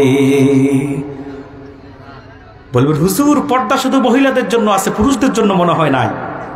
কথা বলে না, পুরুষকে পর্দার সাথে চলতে হবে, দৃষ্টিকে সংযত রাখতে হবে, শালীনতার পোশাক পরতে হবে। এখন তো যুবকরা কি পোশাক পরে, এদের পোশাকের মধ্য দিয়ে এদের শরীরে সব অঙ্গি ভঙ্গি অঙ্গ প্রত্যঙ্গ বোঝা যায়। কথা বলেন, জিন্সের প্যান্ট এত টাইট, আমি মাঝে মধ্যে চিন্তা করি এটাকে ঢুকাইয়া সেলাই করছে না সেলানোর পরে ঢুকাইছে। ঠিক কিনা বলে? মনে রাখবেন পোশাকের মধ্যে শালীনতা থাকার দরকার, সেটা নারীর জন্য যেমন পুরুষের জন্য তেমন। আর পুরুষ পর্দা করবে তার দৃষ্টিকে সংযত রেখে। যদি কারো প্রতি রাস্তা যখন চলবে যেন কোনো নারীর প্রতি তার চোখ না পড়ে, যখন যেভাবে যেখানে থাকুক তার দৃষ্টিকে সংযত রাখবে। ভুলে যদি কোথাও দৃষ্টি পড়ে যায় সাথে সাথে তার দৃষ্টিকে সে সরিয়ে ফেলবে। বলবেন হুজুর একবার তাকানো তো জায়েজ আছে। কথা বলে না, একবার তাকানো তো, একবার তাকানো যেহেতু জায়েজ আছে তো একবার চোখ পড়লে তাকিয়েই থাকবো। কথা বলে না, যে জনমত্তরে যা চাওয়া চেয়ে নিব। এই জন্য হযরত আলী ব্যাখ্যা করছে প্রথম দৃষ্টি একটু লম্বা হলে সেটা দ্বিতীয় দৃষ্টি বলে গণ্য হবে। ভাইয়েরা আমার, আমি আজকে অনুরোধ করে যাব পর্দার বিষয়ে আপনারা সতর্ক থাকুন, পর্দার বিষয়ে সতর্ক হন, পর্দা করুন, নিজে পর্দা করুন, পরিবারকে পর্দা করুন। যে ঘরে মহিলারা পর্দায় চলে সেই ঘরটা আল্লাহ জান্নাতের টুকরা বানিয়ে দেয়। যে ঘরের মধ্যে পর্দা আছে, মেয়েরা পর্দা করে, পুরুষরা পর্দা করে, ঘরের বউরা পর্দা করে, সেই ঘরটার মধ্যে বরকত আর রহমতের কোনো অভাব হয় না। তো এই জন্য কারো ঘরে প্রবেশ করতে গেলে ডাইরেক্ট ঢুকা যাবে না, অনুমতি নিয়ে ঢুকতে হবে। ওই ঘরের মহিলাগুলা কিভাবে আছে, কোন পরিবেশে, কোন পরিস্থিতিতে আছে, তাদেরকেও সেফ হওয়ার সুযোগ আপনাকে দিতে হবে। রাসূল বলল আমর ইবনে হাবাল কারশির ঘরে যখন ঢুকবা দরজা টোকা দিবা আর সালাম দিয়ে অনুমতি প্রবেশ নিয়ে ভিতরে প্রবেশ করবা। সাত সালামি গেল, সালাম দিল, অনুমতি আসলো, কে? বলল সাদ, ভিতরে আসো। কেন এসেছো? রাসূল পাঠিয়েছে। কেন? আপনার মেয়ের সঙ্গে আমার বিবাহের প্রস্তাব নিয়ে। সুবহানাল্লাহ। আমর ইবনে হাবাল কারশির মেজাজ গরম হয়ে গেল। কোথায় তার মেয়ে আর কোথায় এই ছেলে? তার মেয়ে ওই গোত্রের মধ্যে সবচাইতে সুন্দরী, আর ছেলেটা হলো কুৎসিত, চেহারাটা হলো কালো, টাকা পয়সা কিছু নাই। রাগান্বিত হয়ে ধমক দিয়ে আমর ইবনে হাবাল কারশি সাদ সালামিকে ঘর থেকে বের করে দিলেন, যাও, ফিরিয়ে দিলেন। মেয়েটা পর্দার আড়াল থেকে সব শুনলেন। সাদ সালামি যখন চলে গেলেন মেয়েটা নেমে আসলো, ভিতর থেকে বের হয়ে আসতে বলল, বাবা কে এসেছে? বলল সাদ। কেন এসেছে? রাসূল পাঠিয়েছে। কি জন্য? তোমার সঙ্গে বিবাহের প্রস্তাব দিয়ে। বলল বাবা কি করেছো? বলল আমি তাকে ফিরিয়ে দিয়েছি। কোথায় তুমি আর কোথায় সে? এই যুগের মেয়েরা যদি হইতে বলতো বাবা তুমি ঠিক কাজ করেছ, কোথায় আমি কোথায় সে, রূপে আমার আগুন জ্বলে। কথা বলছেন না কেন? কিন্তু মেয়েটা বলল বাবা তুমি কি করলা? আন্নাজাত আন্নাজাত আন্নাজাত, বাবা তুমি তোমাকে জাহান্নামের আযাব থেকে বাঁচাও। রাহমাতুল লিল আলামিন আমার জন্য যাকে বর করে পাঠিয়েছে তাকে ফিরিয়ে দেওয়ার অধিকার তোমাকে কে দিয়েছে? যাও দ্রুত রাসূলুল্লাহর কাছে বিবাহের প্রস্তাব নিয়ে। সুবহানাল্লাহ বলেন। সুবহানাল্লাহ। গেল রাসূলুল্লাহর কাছে। আমর ইবনে হাবাল কারশি বলল হুজুর আমি বিবাহে রাজি। বলল প্রথমে কেন ফিরিয়ে দিছি? বলল হুজুর বুঝতে পারি নাই। আল্লাহ হাবিব বলল, সাদ বিবাহের ব্যবস্থা করো, তোমাদের মোহর ধার্য করলাম 400 দিরহাম। কত দিরহাম? মোহর দেওয়া কি তা বলে না? মোহর দেওয়া কি ফরজ? নামাজ যেমন ফরজ, রোজা যেমন ফরজ, মোহরও কি? কিন্তু দেন আপনারা? কত চাচা বসে আছে, দাড়ি পাকছে, এখন স্ত্রী মোহর দেয় না। ওই যে বাসর রাতে কায়দা করে অনুমতি নিয়ে নিছে, সেই অনুমতিতে এখনো চলতেছে। কথা বলে না। কথাটা আপনারা মজার সাথে নিবেন না। হাদিস সাক্ষী, আল্লাহর হাবিব বলেছেন, আমার কোন উম্মত যদি স্ত্রীর মোহর আদায় না করে দুনিয়া থেকে বিদায় নেয়, আজ যদি স্ত্রী তাকে মাফ না করে দেয়, কাল কিয়ামতের দিন হাসর ময়দানে সে জেনাকারদের কাতারে শামিল হবে। নাউজুবিল্লাহ বলবেন না? এজন্য মাঠে যারা বসে আছেন বিবাহিত, আপনাদেরকে বলবো, যা মোহর ধার্য করেছেন জায়গা বিক্রি করে হলো স্ত্রীর মোহর স্ত্রীকে বুঝিয়ে দেন। আর যারা বিবাহ এখনো করেন নাই, যেটা সামর্থ্য আছে সেটাই মোহর নির্ধারণ করবেন। স্টাইল করতে গিয়ে 20,000, 20 লাখ, 20,000, 20 টাকা মোহর নির্ধারণ করবেন, দেওয়ার বেলা কিছুই দিবেন না। আপনার হালাল স্ত্রীটাও আপনার জন্য আর হালাল থাকবে না। মোহর দিবেন, এটা স্ত্রীর প্রাপ্য অধিকার, ন্যায্য অধিকার। ইসলাম স্ত্রীকে অধিকার দিয়েছে, কিন্তু আপনারা উল্টাটা করেন। কোথায় স্ত্রীকে মোহর দিবেন তা না, বরং স্ত্রী বাবাকে জব্দ করে আপনারা যৌতুক আদায় করে। আপনাদের মৌলভীবাজারে মনে হয় নাই, আমাদের কুমিল্লা আছে। বিয়ে একটা লাগলেই তো কত রকমের চাহিদা। বলে বেআই সাহেব ছেলে লন্ডন যাবে, মেয়েও যাবে, তো লাগবে তো 20 লাখ, পুরো আমি দিতে পারবো না, আমি 5 লাখ দিব, আপনি 15 লাখ টাকা দিয়ে। বলে না? আবার কিছু আছে বলে, ভাই আপনার মেয়ে তো কালো, আমার ছেলে তো শিক্ষিত, তো এমনি এমনিতে বিয়ে হতে পারে না, অন্তত 5 লাখ টাকা দিতে হবে যৌতুক। আছে না? আবার কিছু আছে ভদ্র ডাকাত, বলে বেআই সাহেব আপনার দাড়িও পাকছে, আমার দাড়িও পাকছে, দুজনে হজ করছি, নামাজি মানুষ, আমাদের মধ্যে যৌতুকের আদান প্রদান মানায় না। বলে কি বলবেন, এত কায়দার দরকার নাই, বলে ফেলেন। বলে আপনার মেয়ের সুখের জন্য বলছি, বেশি কিছু লাগবে না। বিয়ের পরে একটা সেগুন কাঠের বক্স খাট, একটা সুকেস, একটা কেবিনেট, একটা আলমারি, একটা আলনা, 1 সেট সোফা, 6টা চেয়ার, একটা ডাইনিং টেবিল, 26 ইঞ্চির একটা রঙিন টেলিভিশন। কথা বলে না? এরপরে ফ্রিজ। আর ছেলে আপনার বাড়িতে আমার বাড়িতে আসার জন্য 2 চাকার একটা 4B মোটর সাইকেল হলেই চলবে। ওই লোক তো ভালো, 5 লাখ টাকা নিয়ে ধারালো ছুরি দিয়ে জবাই দিছে, এই ভদ্রলোক বোতা ছুরি দিয়ে জবাই দিছে। ঠিক কিনা বলেন? মনে রাখবেন, 10 টাকা হোক আর 10 লাখ টাকা হোক, যাই হোক না কেন, যৌতুক হারাম, হারাম, হারাম। যেই সংসারের মধ্যে যৌতুকের টাকা আসবে, যেই সংসারের মধ্যে যৌতুকের সম্পদ আসবে, খোদার কসম কোনোদিন সেই সংসারে শান্তি সুখ আসতে পারে না। হ্যাঁ, যদি আপনার শ্বশুর খুশি হয়ে আপনাকে গিফট করে সেটা ভিন্ন বিষয়। সেটা 10 লাখ না, 10 কোটি টাকাও যদি শ্বশুরের থাকলে আপনাকে গিফট করে দেয়, সেটাতে শরীয়তের কোনো আপত্তি নাই। কিন্তু চেয়ে নেওয়া যাবে না, বাধ্য করা যাবে না। কিন্তু আপনারা তো সেটা করেন। প্রতি বছর রমজান আসলে, ঈদ আসলে শ্বশুর বাড়ির দিকে চেয়ে থাকেন, কখন বুট আসবে, মুড়ি আসবে, সেমাই আসবে, চিনি আসবে, নতুন কাপড় চোপড় আসবে। মনে হয় যেন ফকিরের কাছে মেয়ে বিয়ে দিছে, কাপড় চোপড় সব শ্বশুর বাবার বাড়ি থেকে দিতে হবে। কথা বলে না? এগুলা থেকে বেঁচে থাকবেন, রাজি আছেন? বরং স্ত্রীকে মোহর দিবেন। রাসূল বলল, 7 সালামি তোমাদের মোহর ধার্য করে দিলাম 400 দিরহাম। কত দিরহাম? 7 সালামি বলল, ইয়া রাসূলুল্লাহ, ইয়া হাবিবাল্লাহ, আমি মদিনাতুল মুনাওয়ারার মধ্যে গরিব সাহাবী, নিজেই তো খেতে পাই না, স্ত্রীকে 400 দিরহাম মোহর দিব কোথা থেকে? আল্লাহর হাবিব বলল, রে সাদ, চিন্তার কোনো কারণ নাই, যাও আমার জামাতা ওসমানের কাছে, সে তোমাকে 200 দিরহাম দিবে। যাও আমার জামাতা আলীর কাছে, সে তোমাকে 200 দিরহাম দিবে। যাও আমার জামাতা আব্দুর রহমান ইবনে আউফের কাছে, যাও আমার আরেক সাহাবী আব্দুর রহমান ইবনে আউফের কাছে, সে তোমাকে 200 দিরহাম দিবে। সাহাবী গেল হযরত ওসমানের কাছে, তিনি 200 চাইতে কিছু বেশি দিলেন। গেল হযরত আলীর কাছে, তিনিও 200 চাইতে কিছু বেশি দিলেন। গেল আব্দুর রহমান ইবনে আউফের কাছে, তিনিও 200 চাইতে কিছু বেশি দিলেন। 600 চাইতে বেশি দিরহাম নিয়ে সাহাবী মদিনার বাজারে চলে গেলেন। স্ত্রীর জন্য সুন্দর সুন্দর জিনিস কিনতে লাগলেন। পছন্দ করতে লাগলেন। এমন সময় জিহাদের ডাক আসলো। যেই মাত্র জিহাদের ডাক আসলো, মনে রাখবেন জিহাদ এটা আল্লাহর হাবিবের এমন এক সুন্নাত, সাহাবায়ে কেরাম এটাকে পাগলের মতো ভালোবাসতেন। সাহাবায়ে কেরাম জিহাদকে এত ভালোবাসতেন, বাসর রাতে নতুন বিবি রেখে পর্যন্ত সাহাবায়ে কেরাম জিহাদের ময়দানে গিয়ে শাহাদাতের পেয়ালায় সোপান পান করেছে। সাদ সালামির কানে যখন জিহাদের আওয়াজ আসলো, সাদ সালামির কানে যখন জিহাদের আহ্বান আসলো, সাদ সালামি আর ঘরে থাকতে আর বাজারে থাকতে পারলেন না। বাসর রাতের কথা সাদ ভুলে গেলেন। স্ত্রীর জন্য আর কিছুই কিনলেন না, ভুলে গেলেন সব। বরং যুদ্ধের তলোয়ার কিনলেন, ঢাল কিনলেন, পোশাক কিনলেন, বর্ম কিনলেন। এবার সাদ রওনা হয়ে গেলেন জিহাদের ময়দানে। একের পর এক কাফের মুশরিকদের গর্দানকে দেহ থেকে চিহ্ন করতে করতে এক সময় সাদ নিজেই কাফেরদের তরবারির আঘাতে শাহাদাতের পেয়ালায় সোপান পান করে হযরত সাদ সালামি আল্লাহ জান্নাতে চলে গেলে।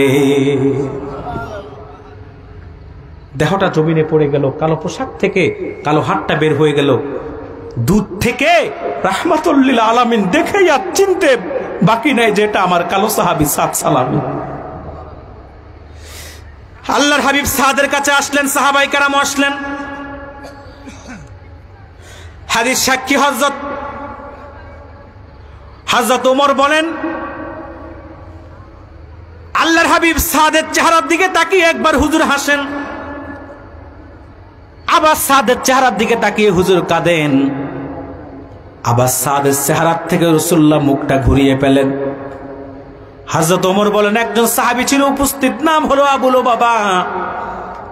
আবু লুবাবা আল্লাহর হাবিবকে প্রশ্ন করে, হুজুর কেন আপনি একবার হাসেন, কেন আপনি একবার কাঁদেন, আবার কেন আপনি মুখটা ঘুরিয়ে ফেলেন? আল্লাহর হাবিব বলল, শোনো আমি কেন কাঁদি। আমার এই কান্নাটা সুখের কান্না, দুঃখের কান্না নয়।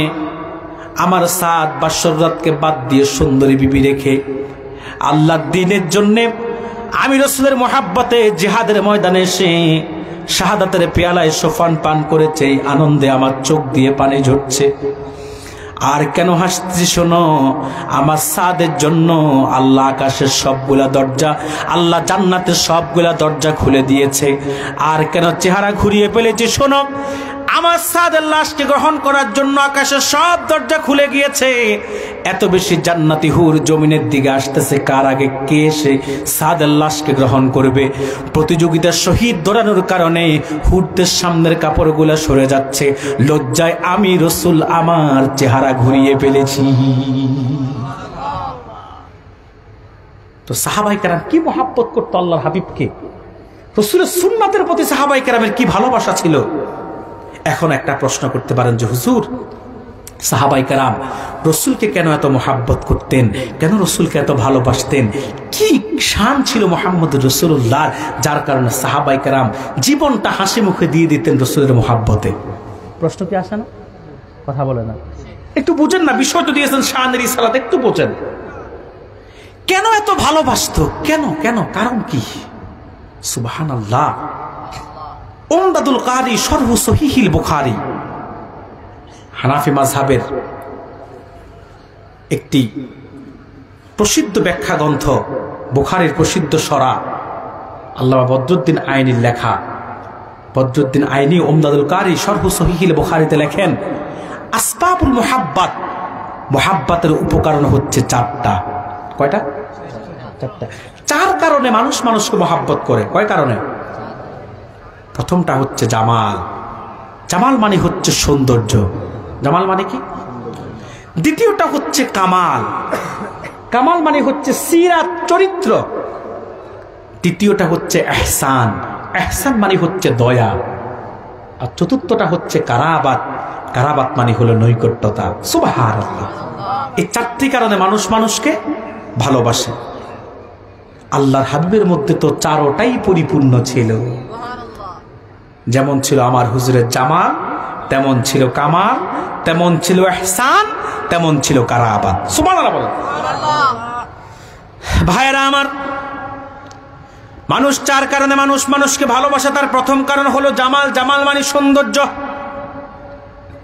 সৌন্দর্যের কারণে মানুষ মানুষকে ভালোবাসে। আমার নূর নবীর সৌন্দর্যের তো কোনো তুলনা ছিল না। এত সুন্দর ছিল আমার হুজুর, এত সুন্দর ছিল, গোটা পৃথিবীর সৌন্দর্য যার সৌন্দর্যের কাছে হার মানত। আপনারা হযরত ইউসুফের নাম শোনেন নাই? কথা বলেন না। রাসূল বলেছে আমার ভাই ইউসুফকে আল্লাহ পৃথিবীর অর্ধেক সৌন্দর্য দান করেছেন। গোটা পৃথিবীর যে সৌন্দর্য তার অর্ধেক আল্লাহ হযরত ইউসুফকে দান করছে। কাকে? হযরত ইউসুফকে। খাসাইসুল কুবরা সাক্ষী আম্মা জান আয়েশা সিদ্দিকা রাদিয়াল্লাহু তাআলা আনহা মিশরের মেয়েদেরকে যখন ফেলেন, আম্মা জান মিশরের মেয়েদেরকে বলল, এই মিশরের মেয়েরা, ইউসুফ নবীর সৌন্দর্য দেখে জুলাইখার সঙ্গী সাথীরা ফল কাটতে গিয়ে মুগ্ধ হয়ে আঙুল কেটে ফেলেছিল, তারা টের পায় নাই। রে মিশরের মেয়েরা যদি জুলাইখার সঙ্গী সাথীরা আমার স্বামী মুহাম্মদ সাল্লাল্লাহু আলাইহি সাল্লামের নূরের কপালটা একবার দেখতো, আঙ্গুল নয় আঙ্গুল নয়, তারা তাদের কলিজা কেটে ফেলতো, একটুও টের পেত না। এত সুন্দর ছিল আমার হুজুর, যার সৌন্দর্যের কাছে সূর্য বলেন আর পূর্ণিমার চাঁদ বলেন সবার সৌন্দর্য হার মানত। আব্দুল্লাহ ইবনে আব্বাস বলেন রাসূলুল্লাহর জিসমের নূর সূর্যের আলোর উপর প্রভাব বিস্তার করত। হুজুর যখন রাতের বেলা পূর্ণিমার চাঁদের সামনে যেতেন, রাসূলুল্লাহর জিসমের সৌন্দর্য পূর্ণিমার চাঁদের সৌন্দর্যকে হার মানিয়ে দিত। শুধু তাই না ভাইয়েরা, খাসাইসুল কুবরা এবং শামাইল তিরমিজিতে পাবেন আমার নূর নবী এত সুন্দর ছিল, আমার হুজুরের চুলগুলা ছিল কোকড়া কোকড়া বাবরি চুল, রাসূলের কপালটা ছিল চৌড়া, নাকটা ছিল চ্যাপ্টা, চোখের ব্রুগুলা ছিল, চোখের উপরে ব্রুগুলা ছিল আকর্ষণীয়, চোখের ফলকগুলা ছিল, চোখগুলা ছিল টানা টানা, হুজুরের ঠোঁটগুলা ছিল গোলাপের পাপড়ির মতো। হাদিস সাক্ষী আল্লাহর হাবিব যখনই মুচকি হাসতেন কথা বলার সময়, শামাইল তিরমিজি সাক্ষ্য দেয়, সাহাবী বলেন ইজা তাকাল্লামা রুইয়াকান নূর ইয়াখরুজু মিন বাইনি সানায়া, হুজুর যখন কথা বলতেন মুচকি হাসতেন, আমরা দেখতাম হুজুরের দাঁত থেকে নূরের জলখানি বের হচ্ছে। সহিহ বুখারী ২য় খণ্ডে আনাস বিন মালিক থেকে হাদিস এসেছে, আল্লাহর হাবিব কোন এক যুদ্ধে খালেদ সাইফুল্লাহর জন্য হাত তুলে দোয়া করছেন। দোয়াতে রাসূলুল্লাহর এত আবেগ আসলো, হাত তুলতে তুলতে তুলতে তুলতে হুজুর এত উপরে তুললেন, দেহের মধ্যে চাদর মোড়ানো ছিল, যার কারণে হাত উপরে তোলার কারণে বগল দেখা যায়। সাহাবী বলেন হাত্তা রাআইতু বায়াদা ইবতাইহি, আমরা দেখলাম রাসূলুল্লাহর বগল থেকে নূর চমকাচ্ছে। এত সুন্দর ছিল আমার হুজুর, সুবহানাল্লাহ বলবেন না? রাসূল যখন ঘরে প্রবেশ করতেন, আম্মাজানদের ঘরগুলো আলোকিত হয়ে যেত। আম্মাজান আয়েশা সিদ্দিকা রাদিয়াল্লাহু তাআলা আনহা বলেন আল্লাহর হাবিব যখন এশার নামাজের পরে আমার হুজরায় প্রবেশ করতেন, রাসূলুল্লাহর জিসমের নূরের আলোতে আমার হুজরাকে আল্লাহ আলোকিত করে দিত। আমার নূর নবীর জিসমের নূরের আলোতে আম্মাজানরা হারিয়ে যাওয়া শুই পর্যন্ত খুঁজে পেয়েছেন, এত সুন্দর ছিল আমার হুজুর। যার সৌন্দর্য মুগ্ধ হয়ে বহু বেঈমান ইসলাম গ্রহণ করেছে, বহু কাফের কালিমাকে গ্রহণ করেছে, যার সৌন্দর্য মুগ্ধ হয়ে বহু লোক ইসলামের পক্ষে অবস্থান করেছে। বলেন সুবহানাল্লাহ। তো ভালোবাসার উপকরণ কয়টি? প্রথমটা কি? জামাল। জামাল মানে কি? সৌন্দর্য। আমার নূর নবীর সৌন্দর্য কোনো কমতি ছিল? দ্বিতীয়টা হচ্ছে কামাল। কামাল মানে হচ্ছে সিরাত, চরিত্র। আচ্ছা ভাই, সৌন্দর্য থাকলে যেমন মানুষকে মানুষ ভালোবাসে, চরিত্র থাকলেও তো মানুষ মানুষকে ভালোবাসে। আমার নূর নবীর চরিত্র কেমন জানেন? যার চারিত্রিক সনদ আল্লাহ নিজে দিয়েছেন কোরআনুল কারিমে সূরাতুল কালামের মধ্যে। আল্লাহ রাব্বুল আলামিন তার হাবিবের চারিত্রিক সনদ দিতে গিয়ে আল্লাহ তাআলা বলেন ওয়া ইন্নাকা লাআলা খুলুকিন আযীম।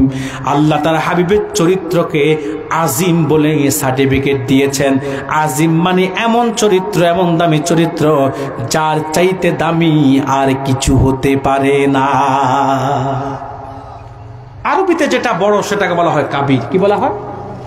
যেটা অনেক বড় সেটাকে বলা হয় আকবার। কিন্তু যে বড় শুরু আছে শেষ নাই, লিখার মতো কোনো কলম নাই, বলার মতো কোনো কণ্ঠ নাই, চিন্তা করার মতো কোনো মস্তিষ্ক নাই, সেটাকে বলা হয় আজিম। ও মৌলভীবাজারবাসী, কোরআনের দিকে তাকালে দেখবেন আল্লাহ শুধু 4টা জিনিসকে আজিম বলেছেন। 1, আল্লাহ নিজের শানে বলেছে আজিম। 2, আল্লাহ কোরআনকে বলেছে আজিম। 3, আল্লাহ আরশকে বলেছে আজিম। 4th, আল্লাহ তার হাবিবের সুমহান চরিত্রকে বলেছে আজিম। হানাফি মাযহাবের মত, আল্লাহ আজিম, তিনি বেমেসাল, লাইসা কামিসলিহি শাই, তার কোনো মেসাল নাই, তার কোনো দৃষ্টান্ত নাই। কোরআন আজিম, তার ব্যাখ্যা অনেক ব্যাপক। আরশ আজিম, তার বিশালতা অনেক বেশি। এত বেশি, একটু ধারণা কি আমি দিব? কথা বললাম, আপনাদের কি কষ্ট হয়? প্রায় তো 1 ঘন্টা হয়ে গেছে, 1.5 ঘন্টা হয়ে যাচ্ছে, আরো 2 ঘন্টা। আহারে, আজকে অসুস্থ বিদায় এত আবদা, আর 1.5 ঘন্টার বেশি তো আমি সময় দেইও না। তবে আজকে কিছু বাড়াইয়া দিব ইনশাআল্লাহ। আরশ কেমন আজিম, তবে আগে আপনারা বলতে হবে, আমি কি আপনাদের বুঝাতে পারতেছি?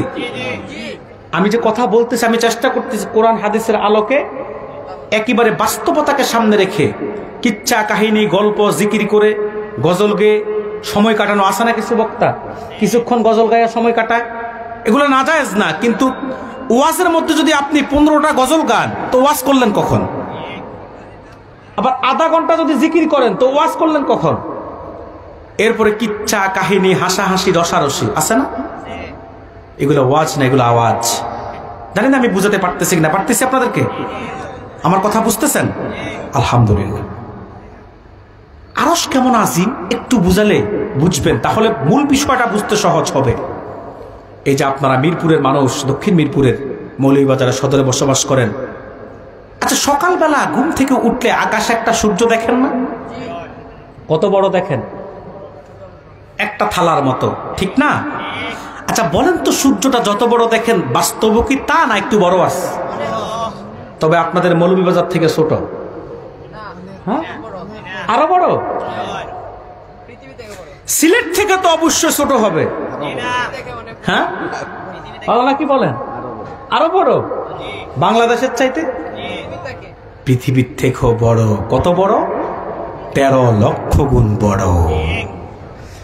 পৃথিবীটা কত বড় জানেন? বিজ্ঞান এখনো উত্তর মেরু দক্ষিণ মেরু খুঁজে পায় না। আটলান্টিক মহাসাগরে আমেরিকার নিকটে একটা জায়গা আছে, বারমুদা ট্রায়াঙ্গল, যেখানে পানিতে জাহাজ চলে না, আকাশে বিমান চলে না। কি যে কারণ, বিজ্ঞান এখনো খুঁজে পায়। আফ্রিকাতে একটা জঙ্গল আছে, নাম হচ্ছে অ্যামাজন। কি নাম? অ্যামাজন জঙ্গলে সবকিছু এখনো বিজ্ঞান খুঁজে বের করতে পারে নাই। এত বিশাল পৃথিবী, এইরকম 13 লক্ষ পৃথিবীর সমান একটা সূর্য।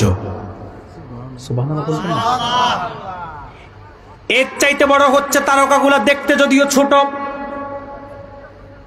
আমেরিকান নাসা বলেছেন আকাশে অসংখ্য তারকারাজি আছে, তার মধ্যে সবচেয়ে ছোট তারকার যেটা, সেটা সূর্যের চাইতে আরো 10 লক্ষ গুণ বড়। এরকম কোটি কোটি মিলিয়ন মিলিয়ন তারকারাজি দিয়ে আল্লাহ বানিয়েছে একটা গ্যালাক্সি, যেটাকে বলা হয় ছায়াপথ। বলা হয় তার চাইতে বড় হচ্ছে ব্ল্যাক হোল, যেটাকে বলা হয় কৃষ্ণ গ্রহবর। এত বড়, আমেরিকার নাসা বলেছেন সাদা একটা কাগজের মধ্যে বলফিন দিয়ে একটা চাপ দিলে যেমন একটা বিন্দুর ফোঁটা পড়ে, এই সাদা কাগজের মধ্যে বিন্দুটা যতটুকুন জায়গা দখল করে, ব্ল্যাক হোল এত বড় বিশাল গ্যালাক্সি, ব্ল্যাক হোলে তার চাইতে বেশি জায়গা দখল করে না। বলেন সুবহানাল্লাহ। ভাইয়ের আমার, এই যে সূর্য, চন্দ্র, নক্ষত্র, নেহারিকা, ধূমকেতু, ব্ল্যাক হোল, কৃষ্ণ গ্রহবর, গ্যালাক্সি, ছায়াপথ, সবকিছু প্রথম আকাশের নিচে। জমিন থেকে প্রথম আকাশ হলো 500 বছরের রাস্তা। বলেন কত বছরের? 500 বছরের রাস্তা। বলেন তো কিসে গেলে? হ্যাঁ, সাইকেলে। আমি 2019 সালে গাইবান্ধা আইডিয়াল কলেজ মাঠে ওয়াজ করতেছি, তো আলামিনের ব্যাখ্যা দিতে গিয়ে যখন আমি বিষয়টা টানলাম, তো তাদেরকে জিজ্ঞেস করলাম, জমিন থেকে প্রথম আকাশ 500 বছরের রাস্তা কিসে গেলে? বলে হুজুর ভ্যানে গেলে। আমি বলি আর গাড়িটাকে খুঁজে পাও না, ভ্যান গাড়ির কথা কেন বললো? বলে হুজুর আমরা উত্তরবঙ্গের মানুষ, চলি ভ্যান গাড়িতে, কি দরকার হেলিকপ্টার আর বিমানের কথা বলা? আপনারা সিলেটের মানুষ তো অনেক আরাম পিপাসু, কথা বলে না। এবং কি আভিজাত্য আছে আপনাদের, ধনাঢ্য অঞ্চল, মৌলভীবাজার সবচেয়ে বেশি ধনী। কথা বলে না। সিলেট তো ধনীদের অঞ্চল, সবচেয়ে বেশি রেমিটেন্স আসে বাংলাদেশে সিলেটে। কোথায়? লন্ডন থেকে, আমেরিকা থেকে, কানাডা থেকে, ফ্রান্স থেকে। মনে রাখবেন গোটা বাংলাদেশে যত রেমিটেন্স আসে তার অর্ধেক আসে সিলেটিদের রেমিটেন্স। এই জন্য আমার আহ্বান থাকবে সরকারের প্রতি, সকল প্রবাসীদের প্রতি তো অবশ্যই সকল সুযোগ সুবিধা থাকবে, সিলেটের জন্য স্পেশাল থাকার দরকার, ঠিক কিনা বলেন? কিন্তু প্রবাসীরাই সবচেয়ে বেশি ভুক্তভোগী, কথা বলে না। বিদেশে বাংলাদেশি প্রবাসীদের কোনো সম্মান নাই। শুধু কি তাই, এয়ারপোর্টে যে আসে কাঙ্গালের মতো এরা ইমিগ্রেশনে দাঁড়াতে হয়। শুধু কি তাই, এদের জানের নিরাপত্তা নাই, মালের নিরাপত্তা নাই। আমার প্রবাসী ভাই তার মাথার ঘামকে পায়ে ফেলে কষ্ট অর্জিত পয়সায় যখন মালামাল কিনে আনে, এয়ারপোর্টে কিছু ডাকাত এসে মালামালগুলো পর্যন্ত চুরি করে নেয়। বাংলাদেশ সরকারকে প্রবাসীদের প্রত্যেকটা মালামালের দায়িত্ব এবং নিরাপত্তার জিম্মাদারি নিতে হবে, ঠিক কিনা বলেন? আমার প্রবাসী ভাইয়ের 1 টাকার একটা মালও যেন চুরি না হয়, ডাকাতি না হয়। সেখানে যে ডাকাতগুলো বসে আছে সেগুলা কোনোভাবে যেন ডাকাতি করে নিতে না পারে, সরকারকে সে নিরাপত্তার ব্যবস্থা করতে হবে। সরকার দেশের টাকা ঘরে বিদেশিদের টাকায়, সে বিদেশিদের প্রতি সরকারকে সুনজর দিতে হবে।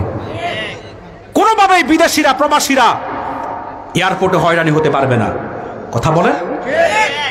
সম্মানিত সুধী, যে কথা বলছিলাম, আপনারা মৌলভীবাজার ধনী অঞ্চল, সদরের মানুষ তো আরো বেশি ধনী, কথা বলে না। এখন আপনারা তো ধনী মানুষ, আপনাদের রুচিও উন্নত। আপনারা বলেন জমিন থেকে প্রথম আকাশ 500 বছরের রাস্তা কিসে গেলে? হ্যাঁ, আরে খোক্কা না, যে কোন একটা রকেট। দেখেন রকেট আর কত জোরে যায়, পৃথিবীর সবচেয়ে দ্রুত গতির যান রকেট। এটা প্রতি সেকেন্ডে 7.5 কিলোমিটার যায়। কত কিলো? কিন্তু জমিন থেকে প্রথম আকাশ 500 বছরের রাস্তা রকেটে গেলেও না, আলোর গতিতে। আলো 1 সেকেন্ডে যায় 1,86,000 মাইল।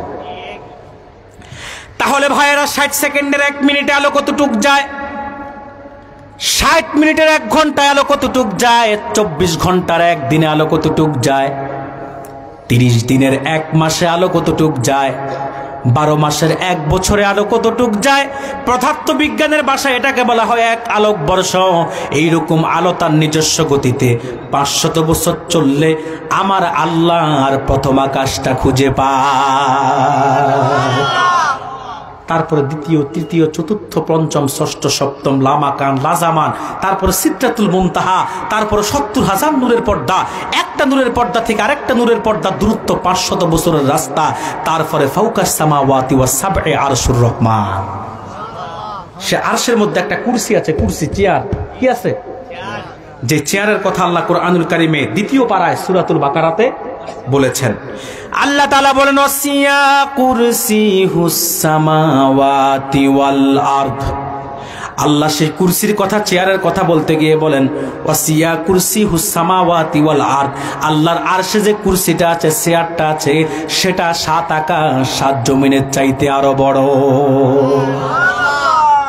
মৌলভীবাজারবাসী, আমি যেটা বুঝাতে চেয়েছিলাম এতক্ষণ, আল্লাহর আরশের কুরসিটা যদি এই বিশাল 7 আকাশ 7 জমিন, যার বর্ণনা আমি একটু ধারণা আপনাদেরকে এতক্ষণ দিয়েছিলাম, যদি এর চাইতে বড় যদি হয় আরশের কুরসিটা, চেয়ারটা, তাহলে যে আরশকে আল্লাহ আজিম বলেছে, সে আরশটা কত বড়? সুবহানাল্লাহ বলবেন না? কয়টা জিনিসকে আল্লাহ আজিম বলেছেন? 4টা। প্রথমত আল্লাহ নিজেকে বলেছে আজিম, কোরআনকে বলেছে আজিম, আরশকে বলেছে আজিম, হাবিবের চরিত্রকে বলেছে আল্লাহ আজিম। ও মৌলভীবাজারবাসী, আল্লাহ আজিম, তিনি বেমিসাল। কোরআন আজিম যদি হয় তার ব্যাখ্যা এত ব্যাপক, আরশ আজিম যদি হয় তার বিশালতা এত বেশি, তাহলে যেই হাবিবের চরিত্রকে আল্লাহ আজিম বলেছেন, সেই হাবিবের চরিত্রটা কত সুমহান। এমন এক চরিত্র আমার নূর নবী উপহার দিয়েছে। আরবের কাফেররা ইসলাম গ্রহণ করে নাই, কিন্তু বলতো মুহাম্মদ আল আমিন। সুবহানাল্লাহ বলবেন না? কাফেররা তাদের সিরাতের কিতাবে এসে দামি দামি সম্পদগুলো রাসূলের কাছে আমানত রাখতো। কাফেরদেরকে প্রশ্ন করা হলো, তোমাদের নেতা তো আবু জাহেল, তার কাছে সম্পদ আমানত না রাখে মুহাম্মদ ইবনে আব্দুল্লাহর কাছে রাখো কেন? কাফেররা কি জবাব দিল জানেন? কথা বলে না। কাফেররা বলল, আমাদের নেতা যদিও আবু জাহেল, কিন্তু স্বভাবে তো চোর। কথা বলে না। দিব একরকম দামি সম্পদ, ফিরে পাবো আরেক রকম। কিন্তু আব্দুল্লাহর বেটা মুহাম্মদের কাছে যেভাবে রাখবো এভাবেই থাকবে, একটু বেশ কম হবে না। সুবহানাল্লাহ। কিন্তু আমার দেশেও তো আবু জাহেলের উত্তরসূরি কিছু এখনো আছে, চুরি করে, কথা বলে না। জনগণের রিলিফের চাল খায়, ডাল খায়, তেল খায়, টিন খায়, কালবারের রড খায়, রাস্তার ইট খায়, কথা বলে না। আমি মাঝে মধ্যে চিন্তা করি এদের হজম শক্তি এত বেশি, এরা রড ইট সিমেন্ট হজম করে কিভাবে? ঠিক কিনা বলেন? আমরা একটু ভালো মন্দ বেশ কম হলে পেটে সমস্যা দেখা দেয়, হজম করতে পারি না, আর এরা সিমেন্ট হজম করে, রড হজম করে। মনে রাখবেন, অন্যের সম্পদ যারা লুণ্ঠন করে খায় তাদের ইহকালও কোনো শান্তি নাই, পরকালে তো নাই। আগামী দিন আপনাদেরকে সজাগ থাকতে হবে। নেতা নির্বাচনে সতর্কতা অবলম্বন করতে হবে। মৌলভীবাজারবাসী স্বাধীনতার 54 বছরে কেউ আমাদের কথা ভাবে নাই।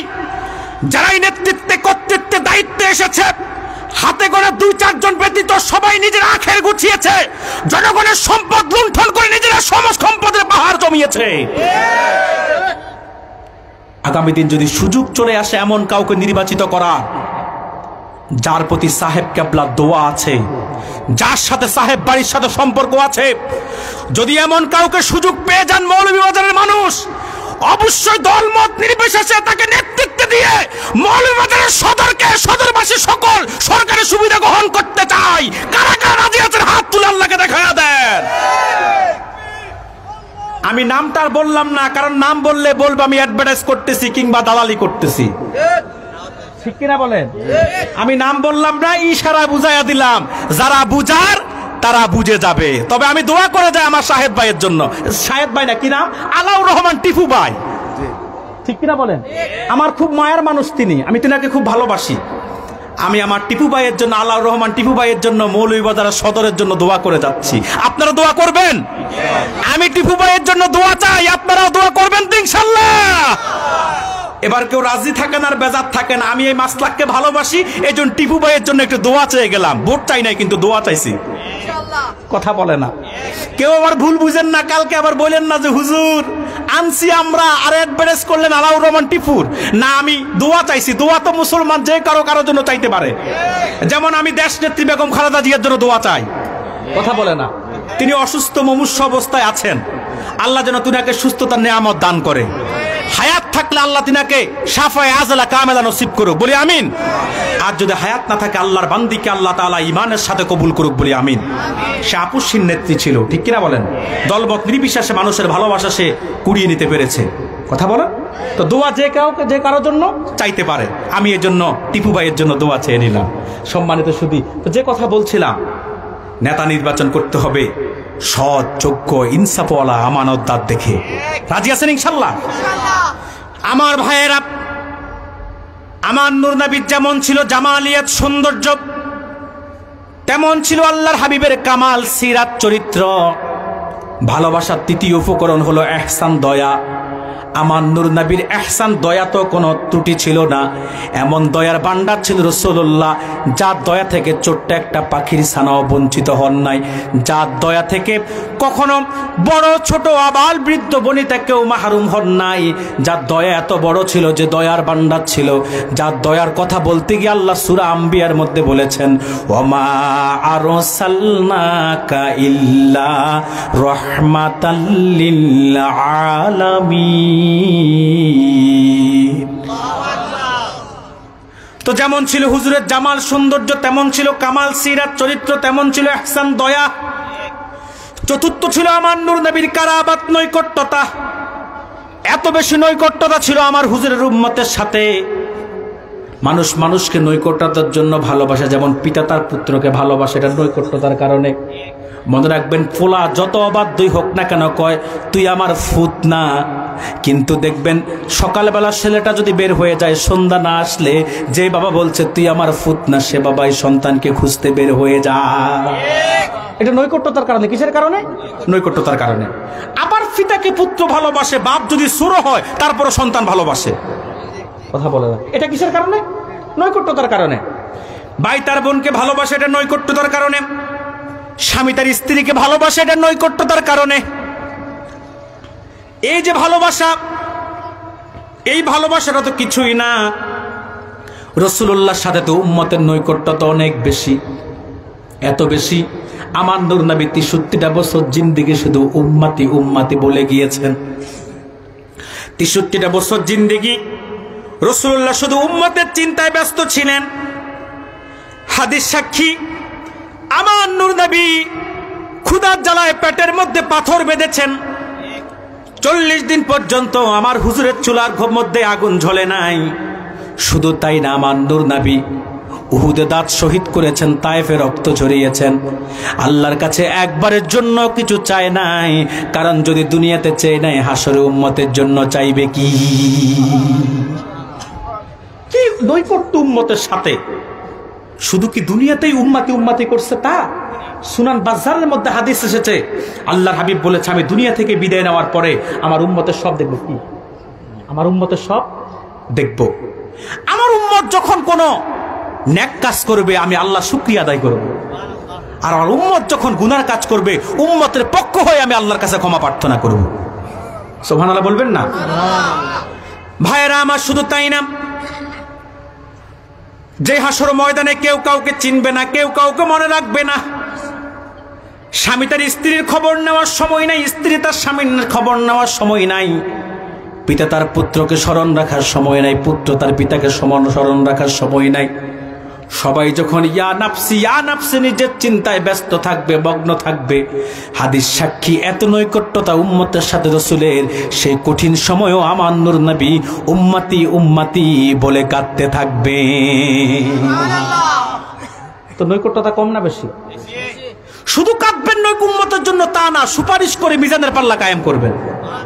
সুপারিশ করে উম্মতের শেষ ব্যক্তিকে জান্নাতে যাওয়ার সুযোগ করে দিবেন। বলেন সুবহানাল্লাহ। তো ভালোবাসার উপকরণ কয়টা? 4টা। জামাল, কামাল, ইহসান, কারাবাত। জামাল মানি সৌন্দর্য, কামাল মানি চরিত্র, ইহসান মানি দয়া, কারাবাত মানি নৈকট্যতা। এই 4টা গুণের একটাকে কারো মধ্যে পেলে মানুষ মানুষকে ভালোবাসে। আমার হুজুরের 4টাই ছিল পরিপূর্ণ। এজন্য সাহাবাই কেরাম আমার নূর নবীকে জীবনের চাইতে বেশি ভালোবাসে। আমরা উম্মত ১৫০০ বছর গত হয়েছে, এখনো জীবনের চাইতে আল্লাহ রাসূলকে বেশি ভালোবাসি। কিয়ামত পর্যন্ত উম্মত রাসূলকে ভালোবাসবে। রাসূলের ভালোবাসার ক্ষেত্রে যদি বাবা এসে দাঁড়ায়, সে বাবাকে ত্যাগ করবে। রাসূলের ভালোবাসার ক্ষেত্রে যদি সন্তান দাঁড়ায়, সেই সন্তানকে ত্যাগ করতে হবে। রাসূলের ভালোবাসার সামনে যদি আমার চাকরি, ব্যবসা, আমার রাজনীতি বাধা হয়ে দাঁড়ায়, সে চাকরি, ব্যবসা, রাজনীতিকে আমি ত্যাগ করব। কিন্তু রাসূলের মহব্বত এক চুল কমানো যাবে না। তা আমরা আল্লাহকে ভালোবাসি, রসুলকে ভালোবাসি। এই জন্য রসুলের ইত্তেবা আমাদেরকে করতে হবে। ১৫০০ বছর আগে হুজুর যে উসওয়াত, সুন্নাত, আদর্শ, রীতি, নীতি, সিস্টেম, তরিকা, নিয়ম, কানুন, পদ্ধতি আমাদেরকে উপহার দিয়েছে, সেটা আমাদেরকে মানতে হবে। যখন আপনি এটা মানবেন, এবার আপনার পুরস্কার লাগবে না? কথা বলে না। আমি পুরস্কারটা বলে আলোচনা আস্তে আস্তে টানবো। এবার আল্লাহ তাআলা বলেন, ইউহিব্বুকুমুল্লাহ, আল্লাহ তোমাদেরকে ভালোবাসবেন। সুবহানাল্লাহ বলবেন না? আল্লাহর ভালোবাসা কি চান? কথা বলে না। মনে রাখবেন, আল্লাহর ভালোবাসা যে পেয়ে যায়, পৃথিবীতে তার আর পাওয়ার কিছু থাকে না। সুবহানাল্লাহ বলবেন না? কিন্তু প্রশ্ন হলো, আল্লাহর ভালোবাসা পাওয়ার চেষ্টা কি আমরা করি কিনা? বন্ধুর ভালোবাসা পাওয়ার জন্য আমাদের চেষ্টার কোনো ত্রুটি নাই। বান্ধবীর ভালোবাসা পাওয়ার জন্য চেষ্টার কোনো ত্রুটি নাই। কলেজে ভর্তি হয়েছে, যে মেয়েটারে ভালো লাগছে, ওই মেয়েটারে পাওয়ার জন্য কত চেষ্টা, কত মেহনত, কত প্রচেষ্টা। আগে তার বান্ধবীরে ম্যানেজ করে, এরপরে তার কাছে ফুল নিয়ে যায়, তার প্রশংসা করে, তাকে গিফট দেয়, একে একে তার প্রশংসা গুণ গীতি তাকে গিফট দিয়া, তাকে ম্যানেজ কইরা, তারপরে তার ভালোবাসা হাসিল করে নেয়। কথা বলছেন না কেন? এখন দুনিয়ার একটা মেয়েকে পাওয়ার জন্য এত প্রচেষ্টা আপনাদের যদি থাকে, আল্লাহর ভালোবাসা পাওয়ার জন্য প্রচেষ্টা আপনাদের লাগবে কি লাগবে না? সে প্রচেষ্টাটা হবে ইত্তেবায়ে রাসূল। এখন আল্লাহকে যখন কাউকে ভালোবাসে, আল্লাহ কি করে? মোল্লা আলী কারি ফকিউল আহনাফ যিনি ছিলেন, মিরকাতুল মাফাতি, যেটা মিশকাতুল মাসাবি সরা, মিরকাতুল মাফাতিতে মোল্লা আলী কারি লেখেন, আল্লাহ ওই বান্দার পক্ষে 2টি কাজ করেন। 1, আল্লাহ ওই বান্দাকে বিনা দরখাস্তে তার হাবিবের উম্মত বানিয়ে দেন। 2, আল্লাহ তাআলা তার ওই বান্দার জীবনের গুনাহগুলোকে ক্ষমা করে দেন। সুবহানাল্লাহ বলবেন না? আল্লাহ তাআলা এরপরে বলেন, ওয়াগফির লাকুম যুনুবাকুম, আল্লাহ তাদের গুনাহগুলোকে মাফ করে দিবেন। ওয়াল্লাহু গফুরুর রহিম। আল্লাহ তাআলা ক্ষমাশীল, আল্লাহ তাআলা দয়াবান। সাদাকাল্লাহুল আযীম ওয়া সাদাকা রাসূলুহুন নাবিয়্যুল কারীম ওয়া নাহনু আলা যালিকা মিনাশ শাহিদিন ওয়াশ শাকিরিন ওয়াল হামদুলিল্লাহি রাব্বিল আলামিন। সম্মানিত সুধী, প্রায় 1.5 ঘন্টার বেশি সময় আমি কোরআন হাদিসের আলোকে আপনাদের নির্দিষ্ট বিষয়কে সামনে রেখে কিছু কথা বলার চেষ্টা করেছি। এবার আমি বিদায়বেলা কিছু কথা, কিছু রিকোয়েস্ট, কিছু সতর্কতা আপনাদেরকে দিয়ে যাব, যেটা বাংলাদেশে যেখানে যাই আমি দিয়ে থাকি। আমি যে কথাগুলো বলেছি এগুলো আমল করার চেষ্টা করবেন, রাজি আছেন ইনশাল্লাহ? এখন আপনাদেরকে আমি কিছু বিষয় সতর্কতা দিব। 1, কাফের মুশরিকদের ব্যাপারে আপনাদেরকে সজাগ থাকতে হবে, রাজি আছেন? বাংলাদেশের সবচেয়ে বড় কাফের হচ্ছে কাদিয়ানী সম্প্রদায়। তারা কাদিয়ানীরা কাফের, তাদেরকে যে কাফের বলবে না তারাও কাফের, তাদের ব্যাপারে সজাগ থাকবেন। 2, আরেকটা মুসলিম সম্প্রদায় আছে, সেটা হচ্ছে খ্রিস্টান মিশনারি, তাদের ব্যাপারে সজাগ থাকবেন, সতর্ক থাকবেন। 3, আরেকটা মুসলিম সম্প্রদায় আছে, সেটা হচ্ছে হিজবুত তাওহীদ, দাবি করে মুসলমান, আমি তাদেরকে মুসলমান বলি না, এরা হিজবুত তাওহীদ না, এরা হিজবুত শয়তান, তাদের ব্যাপারে সজাগ থাকবেন, সতর্ক থাকবেন। আরেকটা মুসলিম সম্প্রদায় আছে, দাবি করে আহলে কোরআন, আমি তাদেরকে আহলে কোরআন বলি না, আমি বলি তারা আহলে শয়তান। আচ্ছা ভাই, রসুলের একটা হাদিসকে অস্বীকার করলে কি মুসলমান থাকে? সেখানে আহলে কোরআনরা রসুলের সব হাদিসকে অস্বীকার করতেছে, তাদেরকে কাফের না বলার কোনো কারণ আছে? তাদেরকে কাফের বলতে আপনাকে হবে।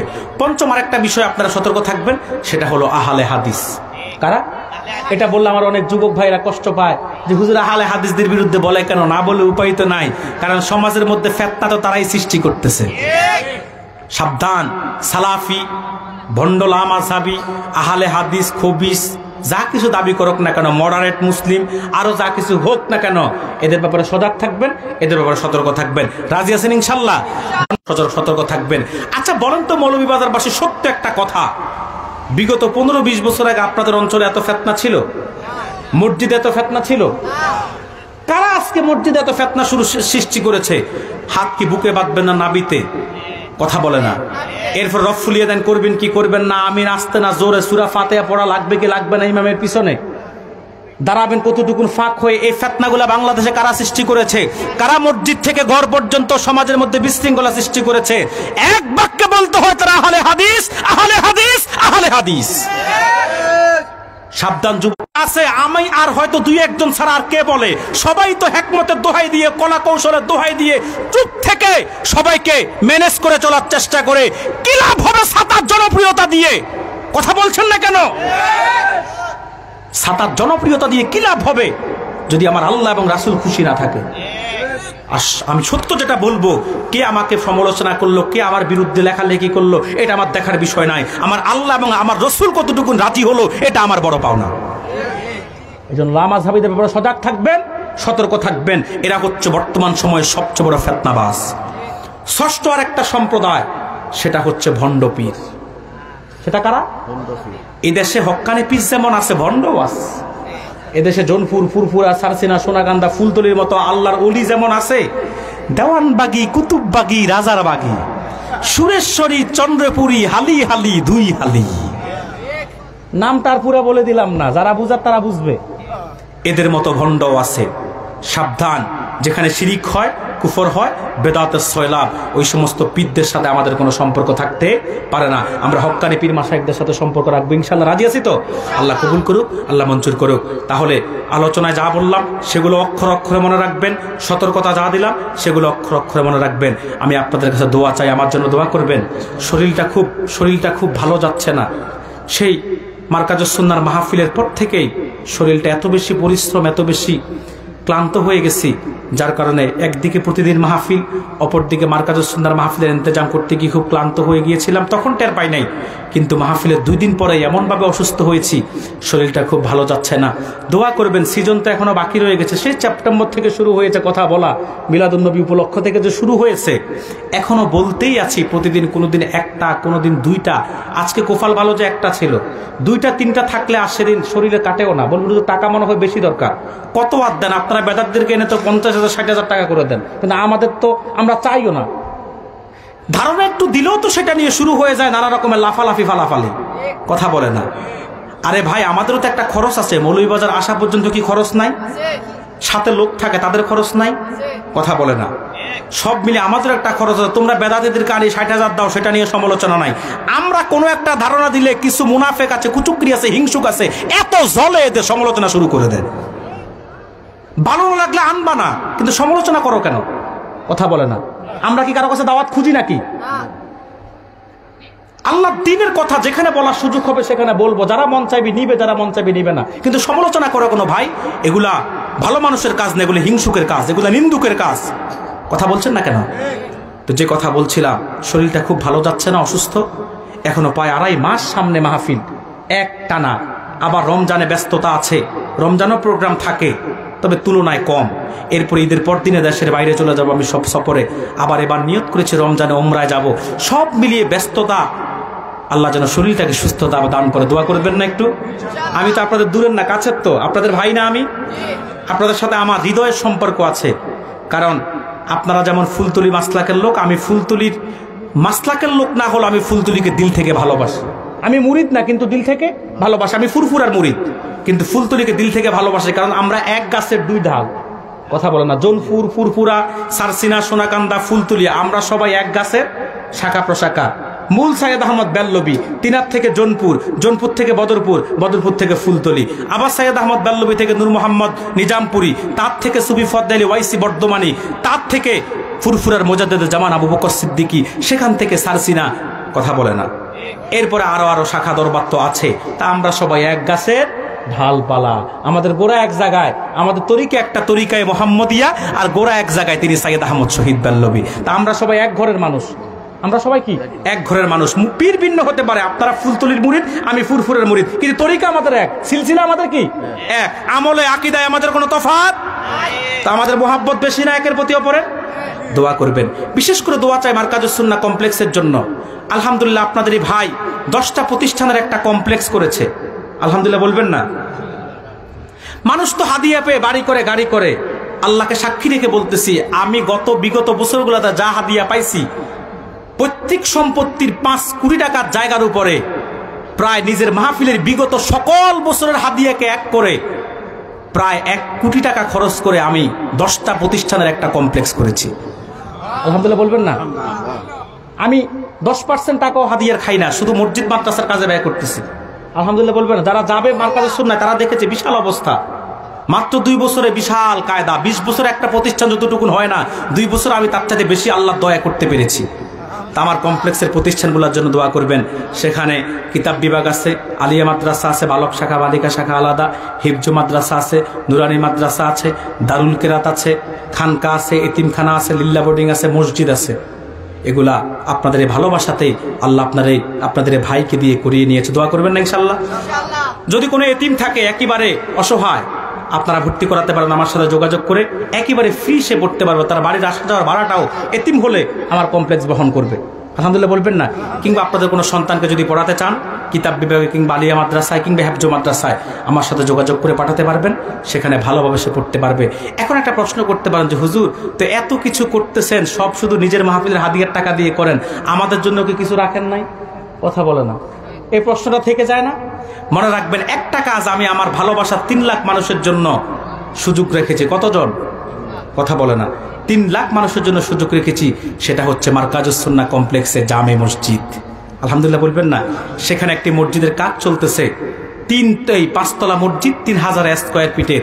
সেটা খরচ হবে 3 কোটি টাকা। কত কোটি? 3 কোটি টাকা খরচ হবে। সারা বাংলাদেশে যারা আমাকে ভালোবাসে, এইরকম 3 লক্ষ লোকের টাকায় মসজিদটা কাজ হচ্ছে। এই মসজিদটা হচ্ছে 100 টাকার মসজিদ। কত টাকা? আমাকে যারা ভালোবাসে এরকম 3 লক্ষ লোকে 100 করে টাকা দিচ্ছে। এই 100 টাকায় মসজিদটা হচ্ছে। আলহামদুলিল্লাহ বলবেন না? এখন আমি মুক্তাসার দোয়া করে চলে যাব। এই দোয়ার পূর্বে ইস্তেগফার পড়তে পড়তে যদি কোনো ভাই মনে করেন যে হুজুর আমিও 100 টাকা দিয়ে 3 লাখ লোকের একজন হব, তাহলে আমার সফর সঙ্গীরা যাবে, আপনি নিয়ত করে হাতে দিতে পারেন। যদি এখান থেকে 10 জন লোক দেন, তাহলে 10 জন লোক 3 লাখ লোকের অন্তর্ভুক্ত হলেন। এখন আমরা দোয়া করে দিব। কেউ যদি চান যে 100 টাকা দিয়ে 3 লাখ লোকের একজন আপনি হবেন, 3 কোটি টাকার মসজিদে 100 টাকার মসজিদে আপনি সম্পৃক্ত হবেন, যে কোনো একটা নেক নিয়ত করে আপনি 100 টাকা হাতে নিতে পারেন। তবে যে কোনো একটা নেক নিয়ত করে নেবেন, ইনশাআল্লাহ আপনাকে ফিরাবেন না। 100 টাকা যে কোনো একটা নেক নিয়ত করে মসজিদের জন্য আপনি শরীক হতে পারেন। আমরা এখন মুক্তাসার দোয়া করে দেব। ইস্তেগফার ফার নাস্তাগফিরুল্লাহ রাব্বি মিন কুল্লি যাম। ফিরোজপুর সাহেব আসে না? আমি ক্লান্ত হয়ে গেছি, এত সময় আমি আচ্ছা আচ্ছা আচ্ছা ঠিক আছে, দেখতেছি আমি। ইস্তেগফার ফার নাস্তাগফিরুল্লাহ রাব্বি মিন কুল্লি যাম ওয়া আতুবু ইলাইহি লা হাওলা ওয়ালা। আজকে মাঝখানে আমারে পাইছেন, আগের জন তিনিও ওয়াজ করে আরেক জায়গায় যাচ্ছে, তিনিও আরেক জায়গা থেকে করে আসতেছে, মাঝখানে বিপদে পড়ছি আজকে আমি আসলে এই সময় কিন্তু কোথাও উঠি না, আমি দুই সময় উঠি, হয়তো বাদ আসা নতুবা লাস্টে উঠি, কিন্তু আজকে এমন এক সময় আমরা রাখছেন। প্রথমত তাড়াহুড়া করে উঠতে হয়েছে 10টার আধা ঘন্টা আগে, দ্বিতীয়ত এখন নামার টাইমও নামতে দিচ্ছেন না, আরেকজন আসতেছে, অপেক্ষা করতে হবে। যাই হোক, ভালোবাসার মানুষরা আবদার করলে তো তাদের আবদার ফেলানো যায় না। আমরা একটু দুরূদ সালাম পড়বো, তারপরে মুক্তাসার দোয়া করব, তারপরে ফিরোজপুরি সাহেব আসবে। এর আগে একটু ইস্তেগফার পড়ে নেন। আর যারা মার্কাজুস সুন্নাহ মসজিদে 100 টাকা দিবেন, যে কোনো একটা নিয়ত করে এটা হাতে নেন। আমি জানি এখানে খুব বেশি হবে না, সেই মানসিকতা আমি দেখতে পাচ্ছি না, তবে 2-4-5 জন যদিও দিতে দেন, এই 5 জনই এই এলাকা থেকে শরীক হয়ে গেলেন। ইস্তেগফার ফার নাস্তাগফিরুল্লাহ রাব্বি, ওই যে ছাত্রের হাতে দেন, আস্তাগফিরুল্লাহ রাব্বি মিন কুল্লি যামবি ওয়া আতুবু ইলাইহি লা হাওলা ওয়ালা কুওয়াতা ইল্লা বিল্লাহ। সূরা ফাতিহা শরীফ একবার পড়েন। বিসমিল্লাহির রহমানির রহিম, আলহামদুলিল্লাহি রাব্বিল আলামিন, আর রহমানির রহিম, মালিকি ইয়াউমিদ্দিন, ইয়াকা না'বুদু ওয়া ইয়াকা নাস্তাঈন, সিরাতাল লাযিনা আন'আমতা আলাইহিম গায়রিল মাগদুবি আলাইহিম ওয়ালাদ দাল্লিন, আমিন। ইখলাস পড়েন 3 বার। বিসমিল্লাহির রহমানির রহিম, কুল হুয়াল্লাহু আহাদ, আল্লাহুস সামাদ, লাম ইয়ালিদ, কুল হুয়াল্লাহু আহাদ, আল্লাহুস সামাদ, লাম ইয়ালিদ, কুল হুয়াল্লাহু আহাদ, আল্লাহুস সামাদ।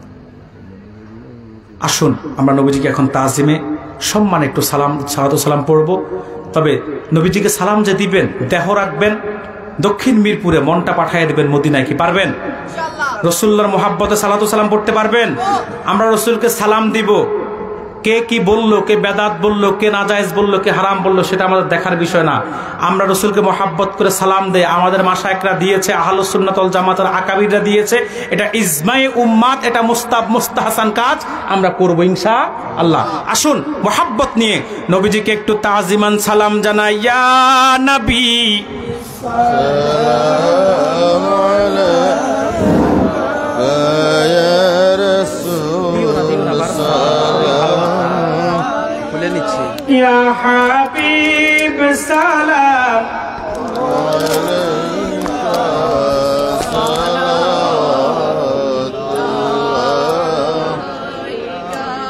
সাইয়্যিদি ইয়া রাসূলুল্লাহ উম্মতের দরদি নবী ইয়া হাবিবাল্লাহ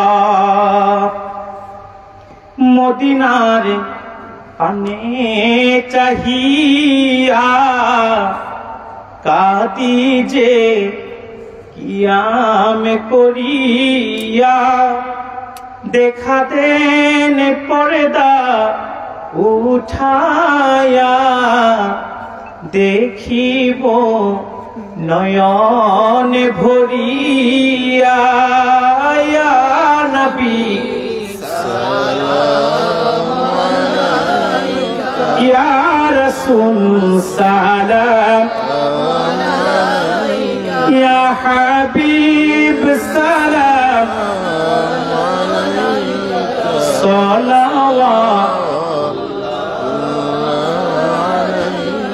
নবী গো আপনি যে ঘুমান না রাতে দেখা দেন আশিকদের সাথে নিয়ে যান আপনার রওজাতে দরুদ সালাম ভেজিতে ইয়া নবী সালাম আলাইকা ইয়া রাসূল সালাম আলাইকা ইয়া হাবিব সালাম আলাইকা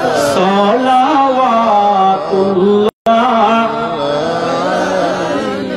ইয়া সাহিবাল জামাল ইয়া সাইয়্যিদাল বাশার من وجهك المنير لقد نور القمر يا نبي سلام ইয়া রাসূল সালাম আলাইকা ইয়া হাবিব সালাম আলাইকা সালাওয়াতুল্লাহ بلغ العلا بكماله كشف الدجى بجماله حسنة جميع خصاله صلوا عليه وآله اللهم صل وسلم وبارك عليه সম্মানিত সুধী, আমি সবার জন্য দোয়া চাই। বিশেষ করে আজকের কর্তৃপক্ষকে একটা ধন্যবাদ আমার দিতে হয়। সেটা হচ্ছে আজকে যে তারা 4 জন সভাপতিত্বে রেখেছে, 4 জনই হাফেজ, 4 জনই কারি। বিষয়টা আমি যখন উপস্থাপনা ভূমিকাতে ছিলাম তখনই আমার নজর কেড়েছে। আল্লাহ তাআলা আমার 4টা ভাইকে নেক হায়াত দান করুক বলে আমি বলি আল্লাহুম্মা আমিন। আমি দোয়া চাই হিলফুল ফজল ইসলামী যুব পরিষদের জন্য। আল্লাহ তাআলা যেন এই পরিষদের সকলকে কবুল করে।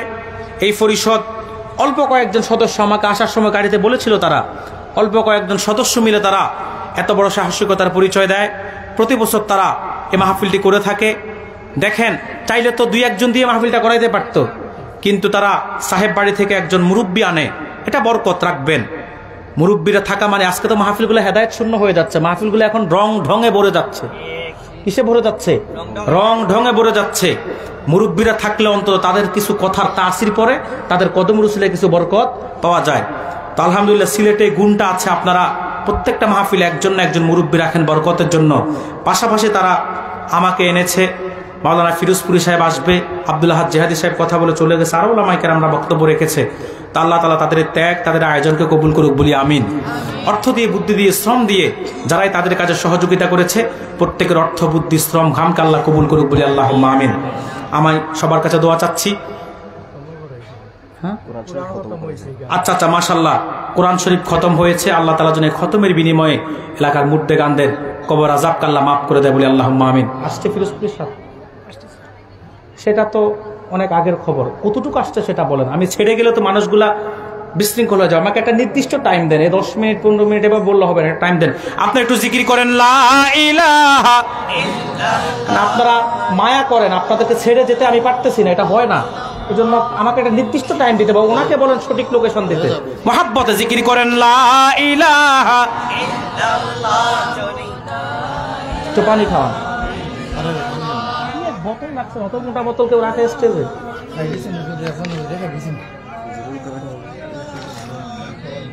মোহাব্বতে লা ইলাহা ইল্লাল্লাহ লা ইলাহা সুবহানাল্লাহ লা ইলাহা লা ইলাহা ইল্লাল্লাহ মুহাম্মাদুর রাসূলুল্লাহ সাল্লাল্লাহু আলাইহি ওয়াসাল্লাম। নারায়ে তাকবীর, নারায়ে রিসালাত।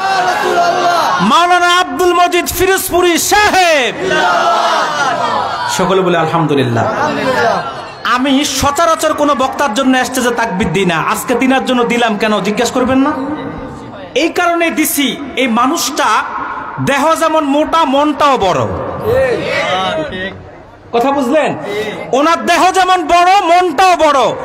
আমার সাথে যখন জীবনের প্রথম সাক্ষাৎ হয়েছিল হবিগঞ্জের এক গ্যাস পাম্পে, আমাকে তিনি জড়িয়ে ধরে এমন ভাবে বুকে টেনে নিয়েছে, আমি অবাক হয়ে গেছি। একটা মানুষের সাথে আমার সাথে আগে কখনো দেখা হয় না, কিন্তু এত ভালোবাসতে পারে। আলহামদুলিল্লাহ বলবেন না? এই জন্য আমি কোনো বক্তার জন্য জীবনে তাকবীর দিই না। কিন্তু আমার ভাই, শুধু ভাই না, বড় ভাই, আমার প্রিয় বড় ভাই, বয়সে আমার ডবলের চাইতে বেশি হবে। আমাদের প্রিয় বড় ভাই, সম্মানিত ভাই, বসেন। হযরত মাওলানা আব্দুল মজিদ ফিরোজপুরি সাহেবের জন্য আমি তাকবীর দিলাম এবং এতক্ষণ পর্যন্ত অপেক্ষা করতেছি আল্লাহ তাআলা আমার ভাইটাকে নেক হায়াত দান করে বলে আল্লাহুম্মা আমিন। তিনি হবিগঞ্জ জেলার শ্রেষ্ঠ ইমাম, আলহামদুলিল্লাহ বলবেন না? ইসলামিক ফাউন্ডেশন কর্তৃক তিনি শ্রেষ্ঠ ইমামের পুরস্কার পেয়েছিলেন। আহলুস সুন্নাত ওয়াল জামাতের একজন নির্ভীক খাদেম, সুন্নিয়তের একজন সৈনিক। আমি ওই যে বললাম, প্রথম দেখাতে তিনি আমাকে এমন আদর করছেন যে আদরে আজকে কৃতজ্ঞতায় আমি তিনার জন্য বসেও ছিলাম, তাকবীরও দিয়েছি। আল্লাহ তাআলা আমাদের এই ভালোবাসাকে কবুল করে নিক বলি আল্লাহুম্মা আমিন। তিনার কাছে দোয়া চাই, আপনাদের সবার কাছে দোয়া চাই। এখন আর মোনাজাত করলাম না, হ্যাঁ, তিনি আর একবারে আখরি মোনাজাত করে দেবেন। আলহামদুলিল্লাহি রাব্বিল আলামিন। ওয়াসসালাতু ওয়াসসালামু আলা সাইয়্যিদিল মুরসালিন রব্বানা যালামনা আনফুসানা ওয়া ইল্লাম তাগফির লানা ওয়া তারহামনা লানাকুনান্না মিনাল খাসিরিন। আয় আল্লাহ তাআলা, দীর্ঘ 2টি ঘন্টা তোমার বান্দাদেরকে নিয়ে আল্লাহ তোমার হাবিবের শান রিসালাতের উপরে, মুহাব্বত আজমতের উপরে কিছু কথা বলেছি, ইত্তেবার উপরে কিছু কথা বলেছি। আল্লাহ যা বলেছে তুমি কবুল করে নাও। আল্লাহ তামাম নেকের হাদিয়া তোমার হাবিবের কদম মোবারকে পৌঁছায়া দাও। তামাম বিশ্বের জমিনে সাহিত্য সকল মুসলমানদের রুহে হাদিয়া পৌঁছায়া দাও। আয় আল্লাহ, বিশেষ করে 4 তরিকার ইমামগণ, 4 মাযহাবের ইমামগণ, সুলতানে বাঙ্গাল হযরত শাহজালাল রাহমাতুল্লাহ আলাইহি সহ 360 ওলির রুহে হাদিয়া পৌঁছায়া দাও। বিশেষ করে জোনপুর, ফুরফুরা, সারসিনা, সোনাকান্দা, ফুলতলি সহ সৈয়দ আহমদ বেরলভীর সিলসিলায় তরিকায় মুহাম্মাদিয়ার খিদমত করে যারা দুনিয়া থেকে বিদায় নিয়েছে, আল্লাহ সবার রুহে হাদিয়া পৌঁছায়া দাও। আয় আল্লাহ, আমাদের আব্বা আম্মা, আপনজন, আত্মীয়স্বজন যে যেখানে কবর সাহিত্য, আল্লাহ সকলের কবর হাদিয়া পৌঁছায় দাও। আল্লাহ আল্লাহ আমাদের আব্বা আম্মার কবরগুলোকে জান্নাতের টুকরা বানায় দাও। আল্লাহ বিশেষ করে আল্লাহ হিলফুল ফজুল ইসলামী যুব সংঘের আল্লাহ সদস্যগুলো আল্লাহ কত কষ্ট করে এলাকার মুদ্দিগানদের ইসলাম সাহাবের জন্য আল্লাহ এলাকাবাসীর সহযোগিতা নিয়ে আয়োজন করে, আল্লাহ আয়োজনকে তুমি কবুল করো। আল্লাহ অর্থ দিয়ে, বুদ্ধি দিয়ে, শ্রম দিয়ে যে যেভাবে সহযোগিতা করেছে তুমি কবুল করো। আল্লাহ আল্লাহ আজকের মাহফিল, কোরআন খতম সবকিছু গোটা এলাকার কবরবাসীদের নাজাতের উসিলা বানায় দাও। আল্লাহ আল্লাহ আজকের মাহফিল থেকে আমাদের কাউকে তুমি খালি হাতে ফিরাইয়া দিও না। আল্লাহ আল্লাহ আজকের মাহফিল থেকে আমাদের কাউকে তুমি খালি হাতে ফিরাইয়া দিও না। আল্লাহ আল্লাহ আমাদের মনের নেক আশা, আমাদের সকল চাওয়া পাওয়া, কল্যাণ দুনিয়া আখিরাতের কল্যাণ দান করলে আল্লাহ তোমার ভান্ডার তো খালি হয়ে যাবে না। আল্লাহ ও আল্লাহ, বিশেষ করে আমার প্রবাসী ভাইদেরকে তুমি প্রবাসে হেফাজতে নিরাপদে রাখো। আল্লাহ আল্লাহ খাস করে আল্লাহ আমাদের আপনজন, আত্মীয়স্বজনরা আল্লাহ শহরে বন্দরে যে যেখানে আছে প্রত্যেকের জান ও মালকে তুমি নিরাপদ করে দাও। আল্লাহ আল্লাহ খাস করে আমাদের পরিবারগুলোর মধ্যে তোমার খাস রহমত বর্ষণ করো। আল্লাহ অসুস্থ যারা তাদেরকে সুস্থতার নিয়ামত দান করো। আল্লাহ জীবনে একটিবার হলো তোমার হাবিবের দিদার আমাদেরকে নসিব করিও। আল্লাহ আল্লাহ রওজা মুবারক জিয়ারত না করি আমাদের কাউকে তুমি কবরের ডাক দিও না। আল্লাহ আয় আল্লাহ আজকে সম্মানিত যারা আছে 4 জন হাফেজ কারি, আল্লাহ মসজিদের আল্লাহ ইমাম ও খতিব সাহেবরা, আল্লাহ সকলকে আল্লাহ তুমি নেক হায়াত দান করো। আল্লাহ 2 জন আমার 2 পাশে বসা ছিল দীর্ঘক্ষণ যাবত, আল্লাহ তাদের এই ভালোবাসাকে তুমি কবুল করো। আল্লাহ আয় আল্লাহ তাআলা আখিরি ফরিয়াদ, মৃত্যুর সময় আমাদেরকে খাতমা বিল হায়াত দান করো। আল্লাহ আল্লাহ আমি অসুস্থ, আল্লাহ দীর্ঘদিন আল্লাহ কথা বলতে বলতে ক্লান্ত হয়ে গেছি, জার্নি করতে করতে আল্লাহ অসুস্থ হয়ে গেছি। আল্লাহ রমজান পর্যন্ত আল্লাহ একটা দিন ফাঁকা নাই, 2টা 3টা করে মাহফিল আল্লাহ তাআলা তুমি ইজ্জতের সহিত যেন প্রতিদিন আল্লাহ কথা বলতে পারি, সুস্থ থাকতে পারি, সে তৌফিক দান করো। আল্লাহ আল্লাহ এই মুহূর্তে আল্লাহ আমাদেরকে বেজ্জতি করিও না। আল্লাহ আল্লাহ আমার ভাই মাওলানা ফিরোজপুরি সাহেবকে তুমি নেক হায়াত দান করো। আল্লাহ ওয়া সাল্লাল্লাহু তাআলা ওয়া আলা খায়রি খালকিহি ওয়া নূরি আরশিহি সাইয়্যিদিনা মুহাম্মাদিন আজমাইন আমিন বিহাক্কি লা ইলাহা ইল্লাল্লাহু মুহাম্মাদুর রাসূলুল্লাহ সাল্লাল্লাহু আলাইহি ওয়াসাল্লাম। ভালো থাকবেন, সুস্থ থাকবেন, বিদায় নিচ্ছি।